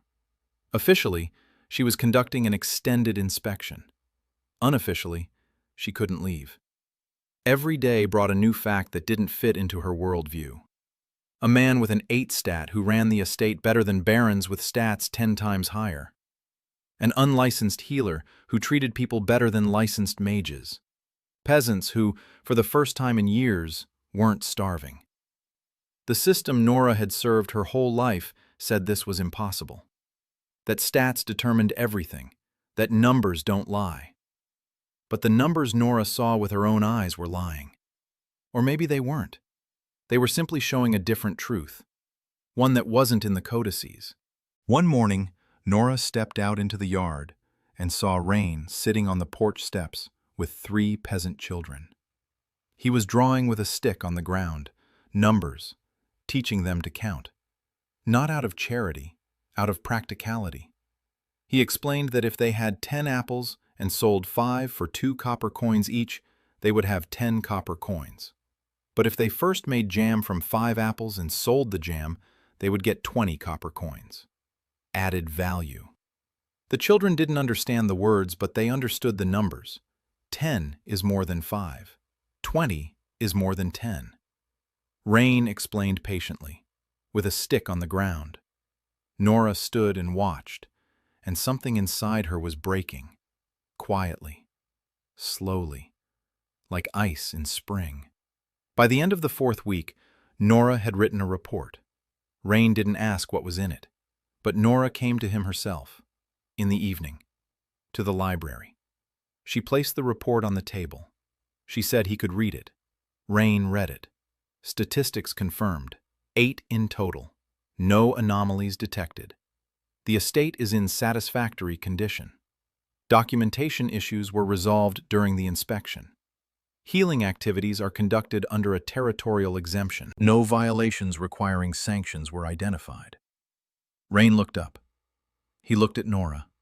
She stood upright, hands behind her back, her face inscrutable, but her eyes. There was something new in her eyes. Not coldness, not judgment. A choice. Rain said, "Thank you." Nora nodded, turned toward the door, stopped. Without turning around, she said she had requested an extension of her assignment from the chamber. for another 2 months, for an in-depth study of the border territories. Rain was silent. Nora left. He watched the door close and realized that something important had just happened. The blood chamber inspector who had come to check on him had chosen to stay. Not for his sake, for the sake of what she had seen, for the sake of questions to which she had no answers, because of a crack in the picture of the world that she couldn't patch up. Serena noticed the change in Nora before Rain did. She told him at breakfast that the inspector no longer aligned the objects on the table. Rain asked how she knew. Serena said she'd stopped by with tea. Rain smiled. She also said that Nora had asked about herbs, not for the record, for herself. She had insomnia. Serena gave her a mixture of valerian and motherwort. Nora thanked her. For the first time in a month, she spoke a human word instead of a paragraph from the code. Rain finished his tea. He looked at Serena, at her warm eyes, at her hands with green spots, at her bare feet on the cold floor. He wanted to say that she was the kindest person he had ever met in 2 lifetimes. He didn't say it. Instead, he asked if she needed anything from Raton. Serena said she needed white ash bark and for him to sleep more than 4 hours. Rain promised the first. The 5th month began with good news. The river trade route was bringing in a steady income. Mina had expanded her network of contacts to Morrisport and 2 neighboring towns. Grabs brought in 4 more merchants. Dunn bought a 2nd barge. Lumber was heading south. Goods and salt were sent north. A closed loop. Rain sat over his books in the evenings and did the math. The estate's income had quadrupled compared to what it had been 6 months ago. The Craven debts had been contested and frozen pending a court decision. No new debts were appearing. For the first time in 15 years, the Astwood household was in the black. A small surplus, a fragile one, but in the black. People came, 2 or 3 every week. Peasants from ruined lands, artisans out of work, families fleeing debts and cruel lords. The word spread along the borderlands. The Astwoods take them in. The Astwoods pay them. The Astwoods don't beat people. The Astwoods have a healer. The Astwoods have a young lord with an 8-point stat who is strange but fair. Rain welcomed everyone. He gave them a home. He gave them work. He entered their names in the registry. By the end of the 5th month, 120 people were living on the estate, 3 times as many as 6 months ago. The village was growing. New houses, new fields, new workshops. The blacksmith worked from morning till night. Howell took on 2 apprentices. The mill on the stream was up and running. A bakery, a small tannery. Rain looked at it all and saw a growth curve. Exponential. Still small for now, but with the right slope. Bicora assembled a squad, not an army, 25 men and 3 women, a militia. Poorly armed, moderately trained. But Cora drilled them every day. No days off. No mercy. They learned to build a wall of shields from planks, to shoot crossbows, of which there were only 4, to fight in tight spaces. Cora knew that open combat they would lose to any professional, so she taught them not to fight, but to hold the line, to hold the passage, to hold the wall, to hold the line, until help arrived, or until the enemy grew tired. Logan became her second in command, not on Rain's orders, by his own choice. He came to Cora and said he wanted to learn. Cora looked at him. She said he was too used to swinging his sword like a club. Logan said that was exactly why he wanted to learn. Cora nodded, and began to break him, to retrain him. Every evening, Logan returned to the castle covered in bruises and scrapes, and every morning he went out again. Rain watched. He saw his brother change, not his stats. His stats remained the same. His movements changed, his posture, his gaze. Logan wasn't getting stronger. He was becoming more dangerous. Those are different things. Father was changing too, slowly, almost imperceptibly. Lord Cador still drank, still sat in his chair, still said nothing. But one morning, Rain found an old map on his desk in the library. A detailed one, hand-drawn. The Northern Territories, the wastelands. The locations of the fortresses and watchtowers. The map was old, but the information on it was priceless. Rain recognized his father's handwriting. Cater had drawn this map 20 years ago when he was still a warrior and went on patrols to the border of the wastelands. He didn't say a word. He simply left the map on the table. Rain took it, studied it, plotted the data onto his defense plan, and that evening he went to see his father, sat down beside him, silently. Cater was drinking wine. He didn't look at his son. Rain laid the map on the table, said it had helped, that thanks to it, he could see 3 points on the northern border that could be fortified with minimal forces and block the main routes of attack from the wastes. Cater was silent. Then he said in a hoarse voice that the northeastern pass was the most dangerous. There, the cliffs form a funnel. The beasts come in a dense mass. You can't get around it. You just have to hold it. Rain took note. Cater fell silent. He raised his cup again, but his hand moved more slowly, as if the wine had become less important than the words he had just spoken. Serena and Rain spent their evenings together, not every night, but more and more often. It happened naturally, without a plan, without calculation. She would come to the library with tea. He showed her his notes. She didn't understand the numbers, but listened when he explained. He didn't understand herbs, but listened when she spoke. They sat side by side. Sometimes they were silent. Sometimes they talked until midnight. Once, Serena fell asleep at the table, her head resting on her folded arms. Rain didn't notice right away. He looked up from his calculations and saw her. Her face in her sleep was different, calm, gentle, without the wariness that never left her during the day. 4 years on the road, 4 years without a roof over her head and without trust. Even here, she slept by the door, just in case she had to run. And now she had fallen asleep at the table next to him, in the library, not by the exit. Rain stood up quietly. He took the cloak off the chair, draped it over her shoulders. She didn't wake up. He returned to the table, sat down, tried to continue working. Couldn't. He looked at her hands, stained green, at her bare feet tucked under the chair. And he thought that the system demands a true union, a voluntary choice. And that for the first time in 2 lifetimes, he understands what that means. Not a contract, not a calculation, just a person next to whom you can fall asleep. A week later, Rain kissed Serena. He hadn't planned it. He hadn't expected it. He hadn't chosen the perfect moment. They were standing on the castle wall. Evening. The sunset had painted the sky copper. Serena was talking about a wild rose root she'd found on the southern slope. Rare, valuable. Her eyes were shining. She stood on tiptoe and gestured with her hands to show how big it was. And Rain leaned down and kissed her. Briefly, awkwardly.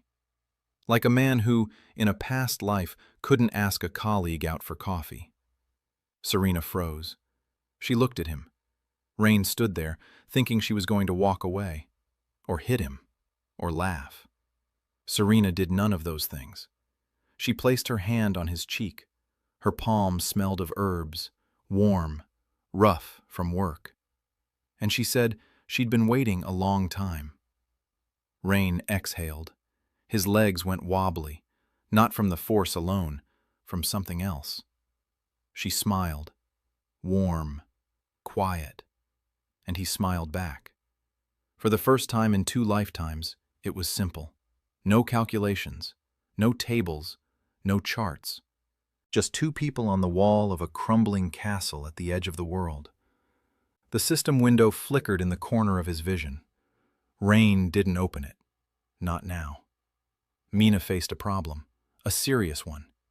Her trading partners in Morrisport were starting to come under pressure. Unknown people were coming to Eris, and hinting that cooperation with the Astwoods was undesirable. Someone was buying up the debts of small traders who worked with Mina.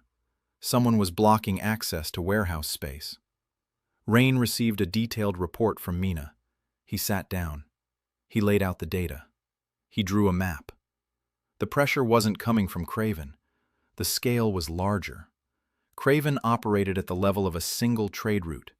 Here, they were operating at the level of the entire southern trade corridor. Rain traced the chain of pressure. The debt buyouts were going through an intermediary in Morrisport. The intermediary worked for a trading house from the provincial capital. The trading house had a patron, Duke Walter Summerhold. Rain set down his pen. He leaned back in his chair. He closed his eyes. Duke Summerhold, one of the 5 great lords of the empire. He controls all the northern territories. Craven is his vassal, and Summerhold had taken notice of the Astwoods. Not because Rain had become a threat, but because Rain had become interesting.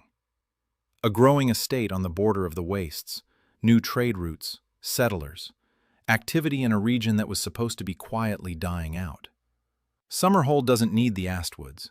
He needs their land, a buffer against the land he wants to populate with his own vassals, controllable, obedient. Not a kid with an 8 strength stat who meddles in trade and files lawsuits in the imperial court. Rain opened his eyes. He looked at the map. Craven was a pawn. Rain had known this from the very beginning. But now he saw the puppet master. And the puppet master was an order of magnitude more dangerous. A duke with strength 212 and magic 180.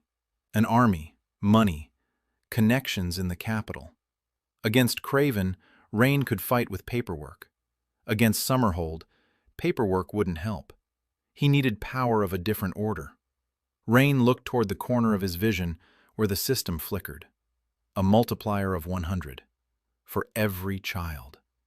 He thought of Serena, of the kiss against the wall, of her hand on his cheek, of the scent of herbs, and he thought that if he took the next step, he would do it not for the multiplier, not for power, for her. And that thought made him feel both warm and afraid, because the system was watching, and he didn't know if he could separate one from the other, love from calculation, a person from a multiplier. He sat in the library until dawn and found no answer. Because some questions have no answer. There is only a choice. Vivian Summerhold arrived without warning. A carriage bearing the coat of arms of the ducal house, 2 guards, a maid, and her. 21 years old, flawless, cold. So beautiful that Logan froze in the courtyard with his mouth agape. Cora placed her hand on her sword. Nora came out of the room and turned pale at the sight of the ducal coat of arms. Serena took a step back. Mina narrowed her eyes. Rain stood on the porch and watched as Vivian stepped down from the carriage. Every movement measured, every gesture calculated. She smiled at him. A diplomat's smile. She introduced herself. Vivian Summerhold, the Duke's youngest daughter. She had come on a courtesy visit to the neighbors. Rain looked at her.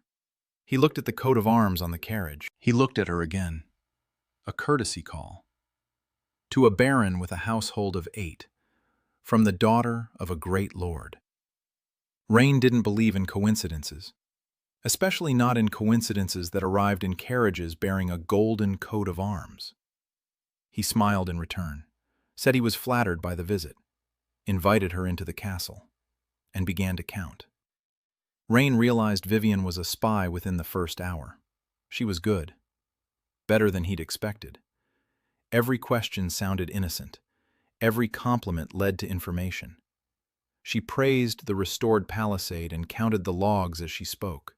She admired Serena's garden and asked how many people it fed. She asked about Logan with the curiosity of a young girl, while simultaneously assessing him as a combat unit. Rain saw this because he was doing the same thing himself. Every day. With every person. He recognized himself in Vivian. An analyst in a world that doesn't know how to count. Only her tools were different. Not numbers. People. She read people the way he read tables. On the second day, Rain suggested a walk. Around the grounds, to show her the estate. Vivian agreed. They walked through the fields, past the new houses, past the workshops, past the training ground where Cora was yelling at the militiamen. Vivian watched, memorized, commented, subtly, cleverly. Rain listened and waited for the moment. It came by the river. Vivian stopped, looked at the channel, at the boats, at the pier that Howell was finishing. She said the trade route was impressive, for a border barony. Rain stopped beside her and said what he'd decided to say yesterday. He said he knew who she was, not the Duke's daughter on a courtesy visit, a spy sent by her father to assess the threat, and that she'd already gathered enough information for a report. The number of people, the state of the defenses, the trade routes. He could have listed every fact she had recorded over the past 2 days. Vivian froze. Her face didn't twitch, not a single muscle. Her control was absolute, but her pupils dilated slightly. For a split second, Rain noticed. An analyst notices anomalies. She asked why he was telling her this.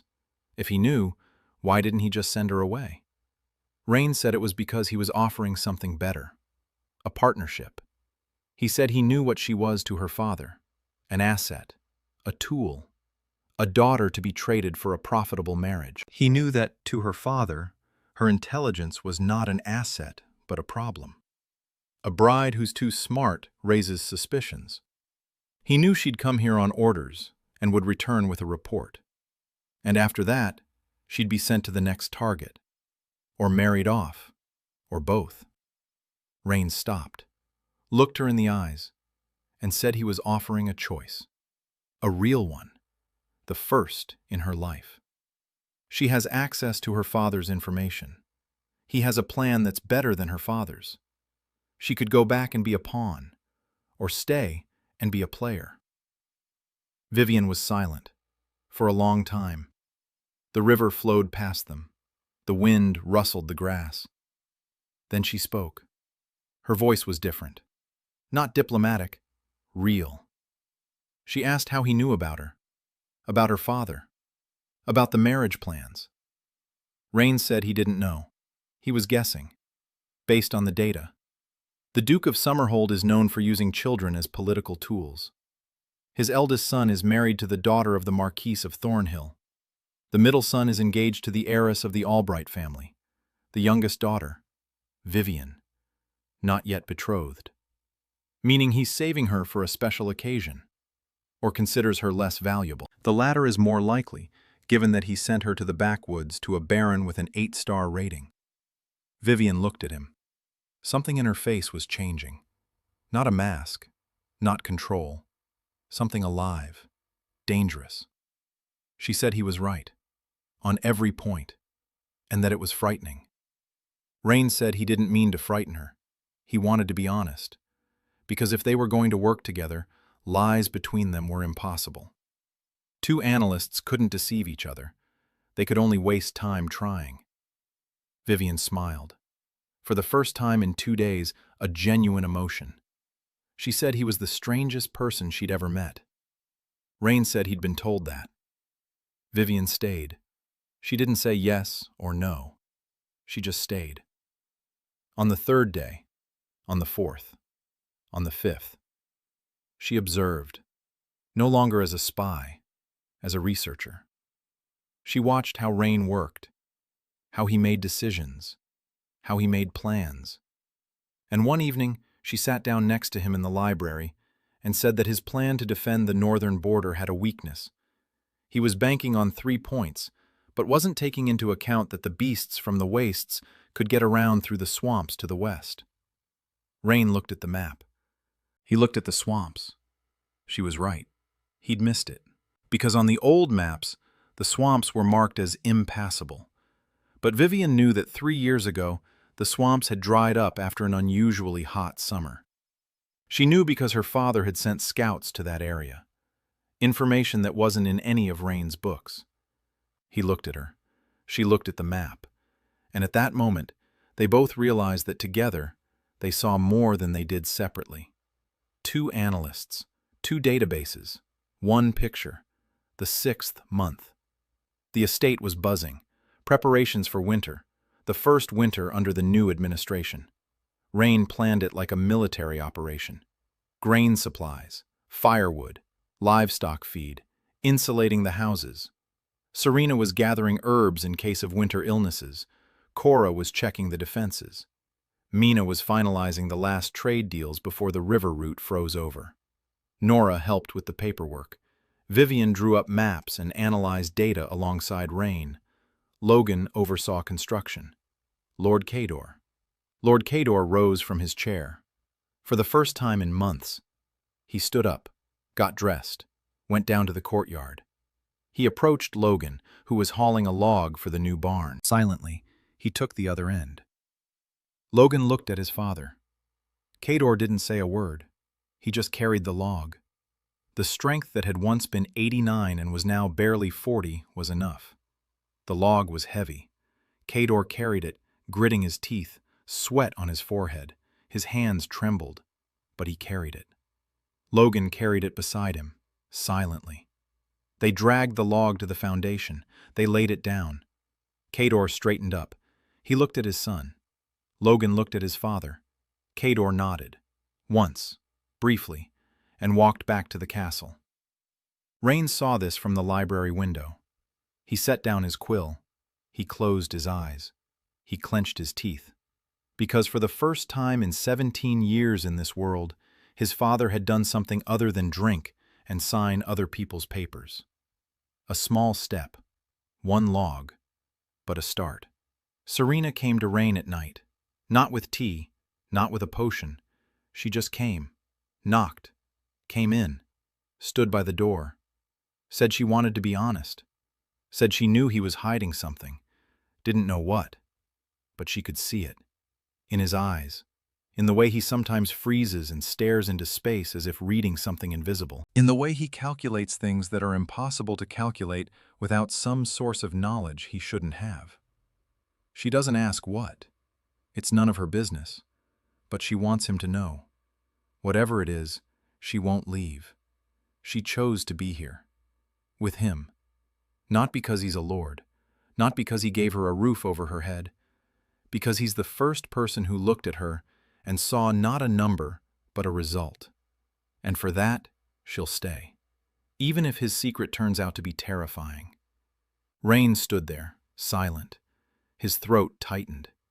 He wanted to tell her about the system, about the multiplier, about his past life, about the tables and the energy and the stroke at 3 a.m. He couldn't, not now, too soon, too dangerous. But he said one thing. He said his secret wasn't scary. It was strange, and someday he would tell her, when he was ready. Serena nodded. She walked over. She stood beside him. She took his hand, his thin, pale fingers and her strong, rough palms. They stood like that, in silence, in the library, among papers and maps. And it was more than a kiss against the wall. It was a choice, a real one, a voluntary one, the one the system demanded, but one they made not for the system. Winter struck in the first week of the 7th month. Rain knew it would be harsh. 40 years of records showed that northern winters on the borderlands lasted 5 months. Temperatures dropped so low that rivers froze over and the ground froze 2 fathoms deep. But this winter was worse, colder, more vicious. The old folks in the village shook their heads and said they couldn't remember anything like it. The wind blew from the wasteland, constant, icy, with a hint of something wrong. Serena said that this wind gave people headaches and caused them to have bad dreams. Rain didn't believe in bad dreams, but he wrote it down. Data is data. The first 2 weeks went according to plan. Supplies were sufficient. Firewood was stockpiled. The houses were insulated. Serena treated colds and frostbite. Cora drove the militiamen out even in the blizzard. Logan kept order. Mina pored over books and planned spring operations. Vivian was drafting a report for her father, carefully edited. The truth, but not the whole truth. Enough so the Duke wouldn't suspect treason. Not enough for him to understand the true scale of what was happening in Astwood. Rain checked the report. He approved it. Vivian looked at him and said he should work in intelligence. Rain said that in a past life he'd worked in insurance. Vivian didn't get it. He didn't bother to explain. In the third week, trouble struck. Not from the Cravens, not from the Duke, from the Wastes. The 3 scouts Cora had sent to the northern border came running back. One was wounded. A laceration on his forearm, claw marks. A creature, small, about the size of a large dog, pale skin, 4 eyes, teeth like needles. A single creature, nothing to a knight. A nightmare for an estate with a militia of 28 peasants. But the problem wasn't the creature itself. The problem was where they'd encountered it, 7 miles from the castle. Usually, creatures from the wastes didn't venture south of the forest. The forest was the border, a natural barrier, and this one was 7 miles away. On this side of the forest, on Astwood lands, Rain called a council, the library, Cora, Logan, Vivian, Nora. Cora reported. The creature was nocturnal, a scout. The tide doesn't start with a wave, it starts with scouts, small creatures that probe the territory, looking for weak spots in the defenses. If the scout returns, it means the path is safe. Hunters will follow. Behind the hunters, a pack. Behind the pack, a wave. Cora said they killed the creature, but if one came, more will come. Rain asked how long it would take. Cora said she didn't know. Maybe a month, maybe 3, maybe 6 months. The tide is unpredictable, but there are signs. Wind from the wastes, beasts further south than usual. Bad dreams. Rain looked at Vivian. She nodded. Her father had been receiving reports from the northern outposts. Activity in the wastes had increased over the past year. Scouts had been spotted all along the border, not just near the Astuds. The tide was approaching. Not in 5 years, as the capital's scientists had predicted. Sooner. Maybe 2 years. Maybe a year. Rain closed his eyes. 2 years. Or a year. And he had a militia of 28 peasants. A palisade that Cora estimated could hold off 30 men for 10 minutes. And stats of 8. He opened his eyes. He looked at each of them. Cora was waiting for orders. Logan was clenching his fists. Vivian was analyzing. Nora was taking notes. Rain said he was changing priorities. Trade and the economy would remain, but defense would take precedence. Every resource that could be redirected toward fortifications would go toward fortifications. A new palisade, a stone one, an inner wall around the castle, a system of moats, watchtowers on the northern border, a stockpile of weapons. Cora nodded. She said that a stone wall would require stonecutters, which they didn't have. Rain said he'd find some. Logan said that the watchtowers would require timber that was being cut for sale. Rain said he'd cut the sale of timber by 1/3 and redirect it to construction. Mina won't be happy. Vivian said that weapons require iron, which costs 3 times as much on the market in winter. Rain said he knew. He looked at Nora. Nora understood without words. The Imperial Subsidy for Border Defense. Article 38 of the Military Code. Border territories have the right to request material support from the Crown in the event of a confirmed threat from the wastes. Nora said she would file the request. Rain nodded. For the first time, the inspector of the Chamber of Blood was working with him rather than against him. Winter dragged on. Cold, blizzards, short days, long nights. Rain worked. He slept 4 hours. Serena forced him to sleep 5. She would come, take the pen from his hand, and lead him to bed. Sometimes she stayed. Not every night, but more and more often. They took their time. Rain knew the system was waiting for the child. He knew the multiplier would change everything. But he didn't rush it, because Serena had trusted him. And if he used that trust for his own ends, he would cease to be a person who could be trusted. A vicious cycle. The system demands sincerity. Sincerity demands not thinking about the system. Rain tried. It didn't always work. Alice sent 3 more drawings through the hiding place in the hollow. In winter, the path was more dangerous. Snow. Tracks. But Alice took the risk. The drawings showed diagrams of the internal fortifications of the Craven estate, the layout of the barracks. The number of mercenaries had grown to 25. New faces. Not locals. Professionals. Rain studied the drawings and thought of Alice, a 20-year-old girl in the house of a man she hates, drawing maps for her father's enemy. Alone.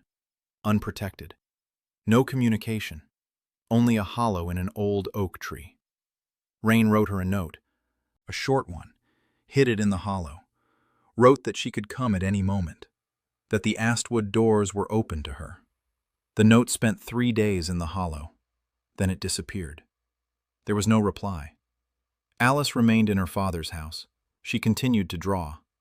In the middle of winter, what Rain had both hoped for and feared happened. Serena told him in the morning, calmly, quietly, with a smile hidden at the corners of her lips. She said she was expecting a child. Rain sat there, silent. His heart was pounding so loudly he was sure she could hear it. A child. The first heir. A multiplier of 100. Stats will jump from 8 to 800. Strength 100. Speed 100. Magic 100. Everything would change. Everything. He looked at Serena, at her face, at her warm eyes, at her hands resting on her belly. Instinctively, protectively.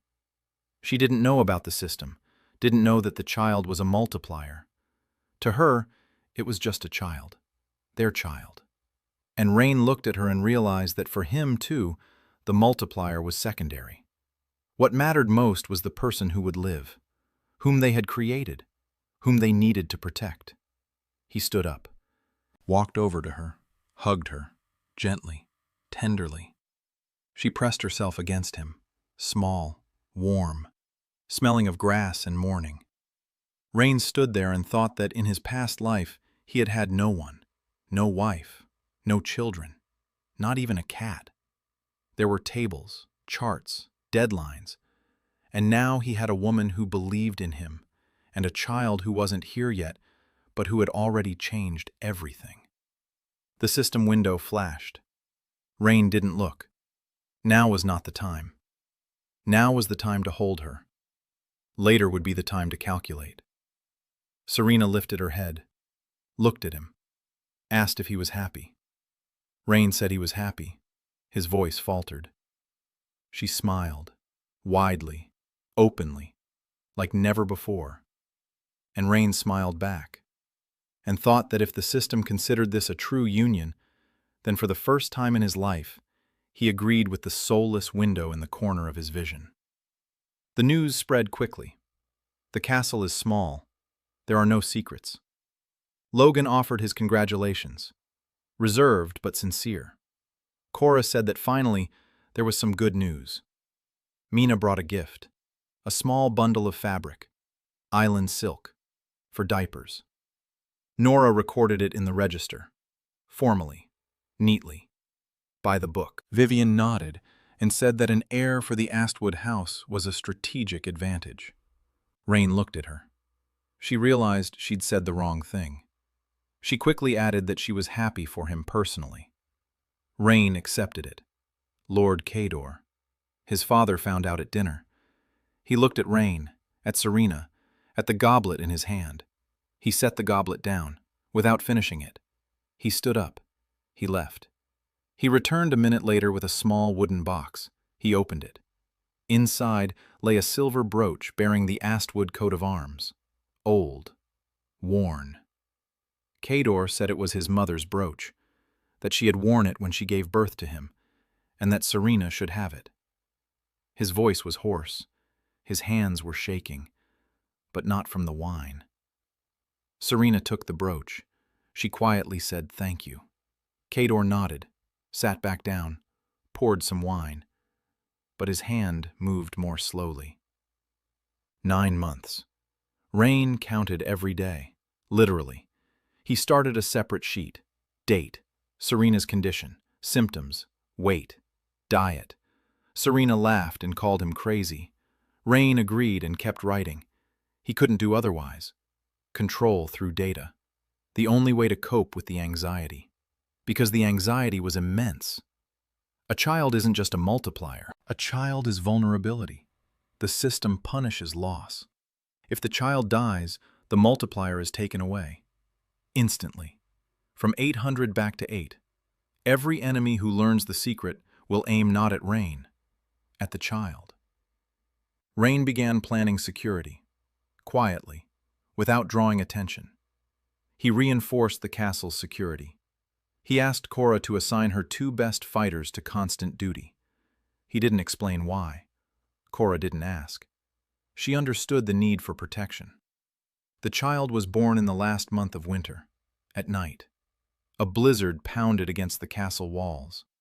The wind howled so fiercely that it seemed as though the whole world outside the windows had ceased to exist. Serena was giving birth in a room on the ground floor. The very one she had chosen when she arrived, closer to the exit. A vagabond's habit. Rain stood outside the door. They wouldn't let him in. The local midwife said men had no place in childbirth. Serena said he'd faint anyway. Rain didn't argue. He stood behind the door, listening, clenching his fists. Stats: 8. Strength: 1. He could calculate the probability of childbirth complications based on 40 years of data for the estate. 14%. 3% of those were fatal. He knew those numbers. They didn't help. Numbers don't help when the woman you love is screaming behind the door. Logan stood nearby, silent. He placed a hand on his brother's shoulder. Heavy, warm. Cora sat on the steps, sharpening a sword. Not because she needed to, because her hands had to be busy. Mina was calculating something in a notebook. She was nervous. The numbers didn't add up. She was recalculating the same line for the 5th time. Nora stood against the wall, straight, hands behind her back, a stony face. Vivian was inside, helping Serena, not with medical knowledge, with what she knew how to do. Counting the time between contractions, handing her water, holding her hand. A cry rang out at dawn, thin, high-pitched, alive. Rain flinched. The door opened. Vivian came out. Her face was tired, but her eyes, there was something in her eyes Rain hadn't seen in them before. Warmth. She said, "It's a boy, healthy. Serena's fine." Rain stepped toward the door. He stopped. His legs wouldn't move. Logan nudged him in the back. Rain went in. Serena was lying on the bed, pale. Her wet hair was plastered to her forehead. She was smiling. A bundle lay in her arms, small, red, wrinkled, alive. Rain approached, slowly, as if in a dream. He sat on the edge of the bed. He looked. At the tiny face, at the closed eyes, at the fist the size of a walnut. And then the system activated, quietly, without a clap of thunder, no flash of light. Just the window flickered and the numbers changed. Multiplier activated. Offspring 1. Multiplier 100. Strength 100. Speed 100. Endurance 100. Magic 100. Perception 100. Intelligence 100. Will 100. Charisma 100. Total 800. Rain felt it instantly. A wave, heat, power surged into his body like boiling water into an icy vessel. His muscles tensed. His bones ached. Goosebumps covered his skin. The world became different, brighter, louder, sharper. He could hear the child's heartbeat. He could hear Serena's breathing. He could hear Cora sharpening a sword behind the wall. He could hear a dog barking in the village. The world exploded with details. Rain sat on the bed, afraid to move. His hands, which a minute ago could lift at most a jug of water, could now break the bed, a wall, a person. He looked at his palms, the same thin, pale fingers. Visually, nothing had changed, but inside, he felt an ocean. Strength, 100. Imperial Knight level. In a body that for 24 years had known only one. Serena held out the baby to him. Rain looked at the bundle, then at his hands, and didn't take it. Serena frowned, asked what was wrong. Rain said he was afraid. Serena looked at him closely. Then she understood. Not everything. Not about the system. But something.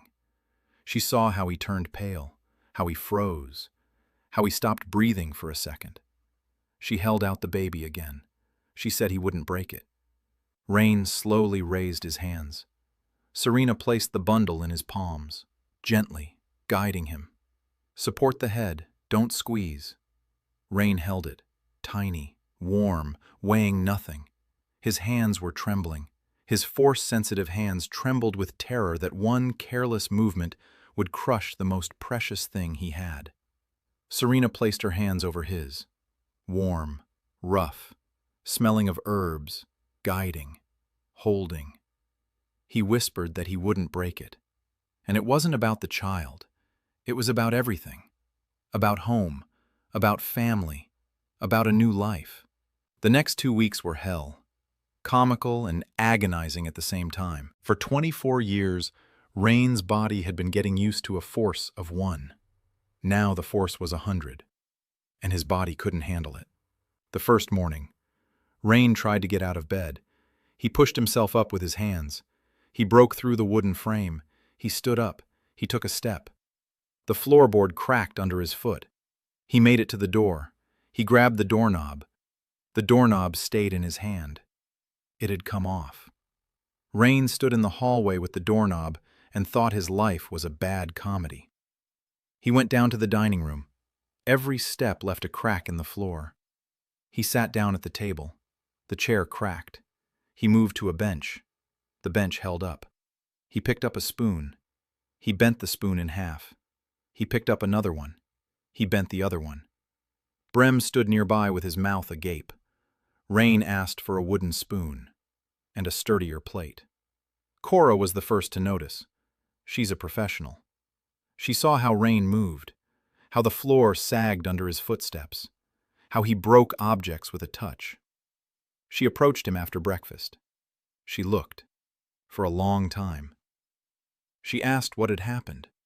Rain said he couldn't explain it. Not yet. Cora asked if he could at least tell her what his strength rating was now. Rain paused.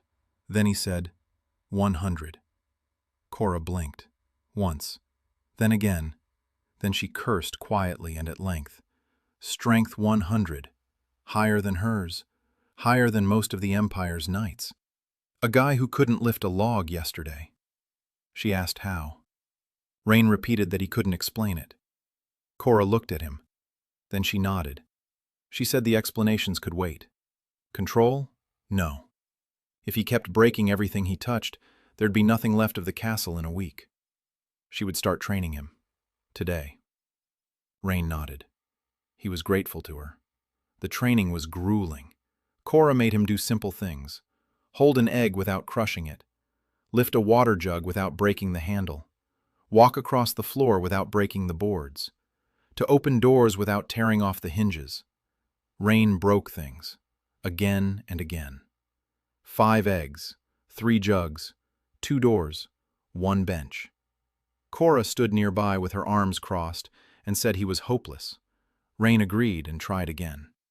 By the end of the first week, he could walk without breaking the floor. By the end of the second, he could hold a quill without crushing it. By the end of the third, he could pick up a child without Serena's help. Every day was a struggle.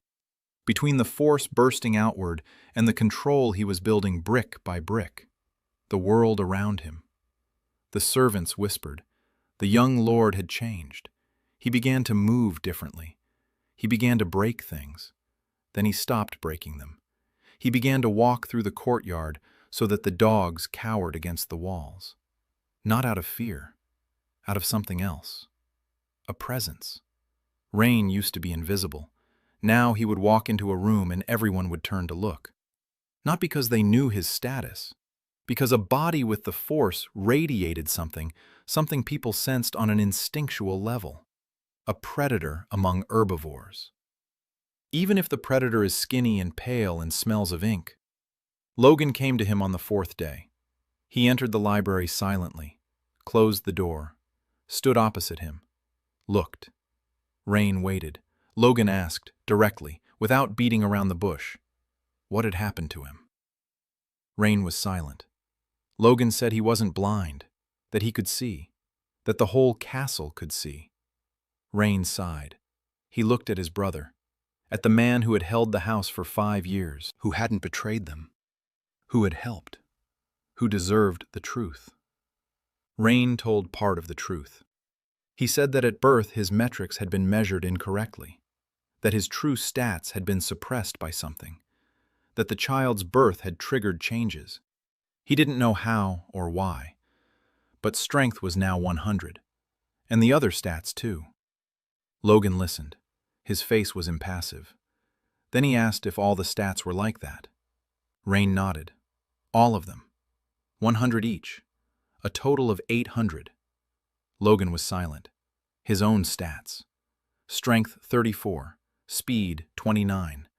A total of about 200. The younger brother he'd pitied his whole life. The family's disgrace. Stats of 8. Now 4 times stronger than him. Logan stood there, silent. Rain saw a storm pass through his eyes. Resentment, confusion, jealousy, relief, all at once. Then Logan nodded, once. Said it was fine, that the house needed strength, no matter where it came from. He turned and left. Rain watched the door close and knew his brother would get through it. Not right away, not easily, but he would get through it. Because Logan was stronger than he thought. The Chamber of Blood recorded a spike. Rain knew this would happen. Registration crystals throughout the Empire were linked to the central registry in the capital. When an aristocrat's stats changed, and this happened extremely rarely, usually downward, the crystals transmitted the data. A spike from 8 to 800. Impossible, possible, unprecedented. In the history of the Empire, there had never been a case where stats increased after birth. Rain waited for a reaction.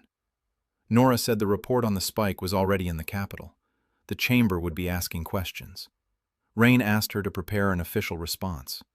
Crystal anomaly, measurement error, re-verification is necessary. Nora looked at him. She said it was a lie. Rain said he knew. Nora was silent. Then she said she would write it, because the truth she didn't understand couldn't be in the report, and a lie that protects people is sometimes necessary. She said this and was surprised by her own words. Inspector of the Chamber of Blood, a bastion of law and order, writing a false report. Rain said that someday he would tell her the truth. Nora nodded. She said she would wait. Rain was getting used to his new body. Every day, Cora pushed him relentlessly. Don't fight. Control. Precision. Power without control is destruction. Power with control is a tool. By the end of the first month, Rain could move normally. He could run without leaving craters in the ground. He could hold a sword without breaking the hilt. Cora gave him a wooden blade and said she would teach him the basics. Rain objected that he was an analyst, not a warrior. Cora said that an analyst with the force, but without the skill to use it, was like an expensive blade in a child's hands. Rain didn't argue. He began to learn. It was hard. His body remembered 24 years of weakness. His muscle memory fought against the new demands. But Rain was stubborn. In his past life, he'd spent 12 hours a day learning to work with a new program until he mastered it. Here, he did the same. only the program was his own body. The child was named Arden. Arden chose the name. It meant something in the old language. Rain didn't ask what. He liked the sound of it. Arden Astwood. The first heir. The first link in a new chain. Rain held his son in his arms every evening, carefully, controlling every finger. And every evening, the system window flickered in the corner of his vision, reminding him that this small, warm bundle was not just a child. It was a multiplier. It was power. And it was vulnerability. Because if Arden died, Rain would fall from 800 back down to 8. Instantly. And every enemy who learns of this connection will aim not at the father, but at the son. Rain pressed Arden to his chest and thought he would build such a wall around this child that no enemy would get through. Not for the sake of the multiplier, for the sake of his son. But the wall is needed in any case. Spring came late. The snow held on until the middle of the month. Then it retreated in 3 days. The rivers thawed. The earth softened. The roads turned to mud. Rain stood on the castle wall and looked out over the estate, with different eyes. The power of 100 gave him more than just strength. It gave him perception. He could see further. He heard more keenly. He noticed details that had previously slipped by. A crack in the foundation of the north tower. An unevenness in the new palisade. Hoofprints on the road leading from the east. Fresh. Rain frowned. He looked more closely. 3 horsemen, moving fast. They'd be at the gate in an hour. He went down to the courtyard, found Cora, told her guests were coming. Cora looked at the road, squinted. Her perception was lower and she couldn't see them yet, but she believed him. In 3 months, she'd learned to trust. The guests turned out not to be guests. 3 of Craven's mercenaries, not the ones who had been at the fair, others, new ones. Their faces were hard, their armor was good, professionals.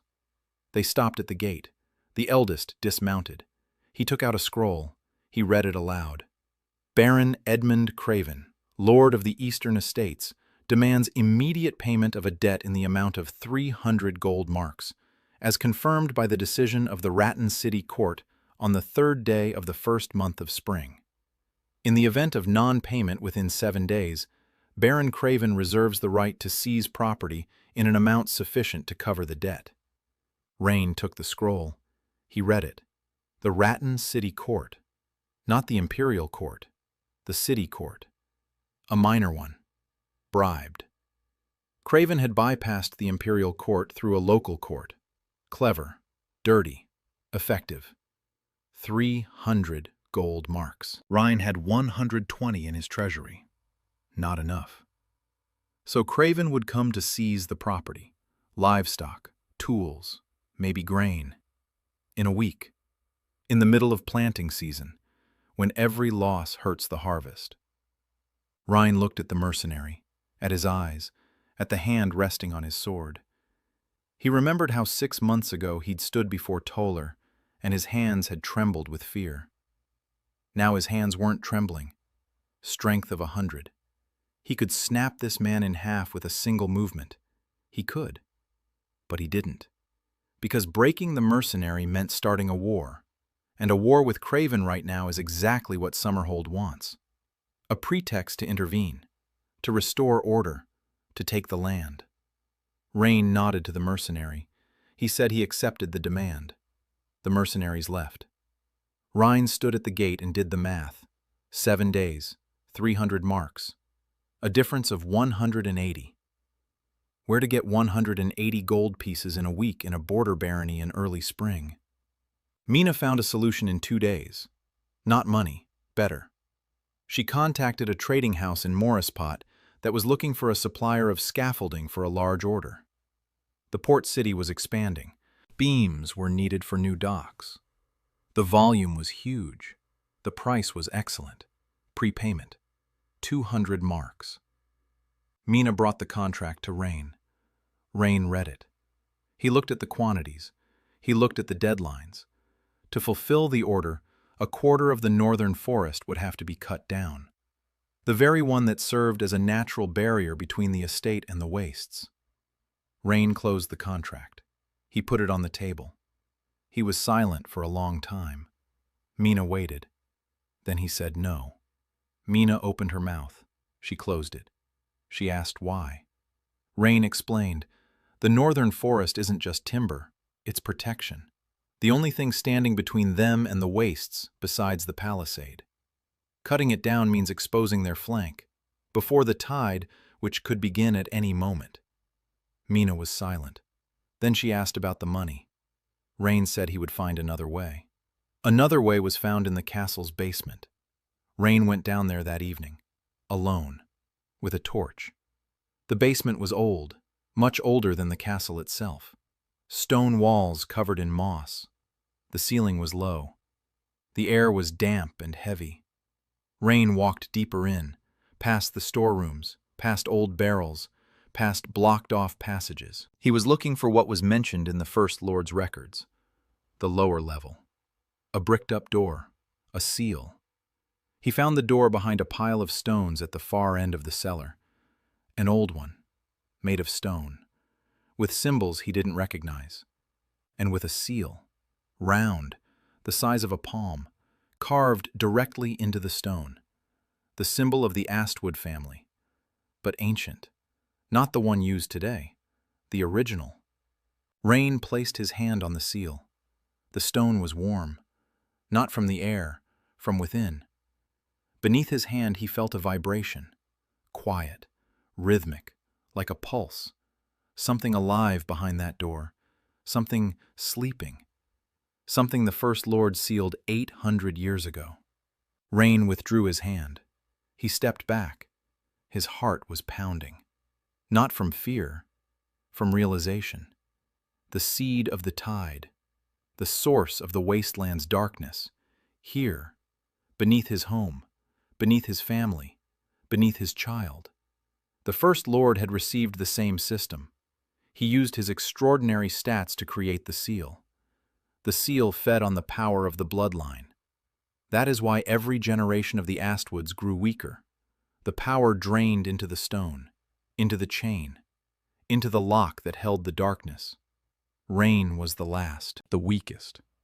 His low stats across the board aren't a mistake of nature. It's the price. The clan gave everything it had to keep the seal intact. And that's exactly why the system activated. Not because he's the chosen one, because he's the last chance. If the clan dies out, the seal will crumble, and the tide will become eternal. Rain stood in the darkness of the basement and looked at the door, at the symbols, at the seal, and he understood the scale of what was happening. He wasn't just building a dynasty, he was restoring the chain. Every child wasn't just a stat multiplier, it was a new link, a new anchor, a new source of power for the seal that holds the world. He left the basement. He didn't tell anyone, not yet. Too soon, too dangerous. But he began digging deeper into the First Lord's records, looking for instructions, answers, clues. He found a single line written by a hand that trembled. The seal is weakening. The line must be strong.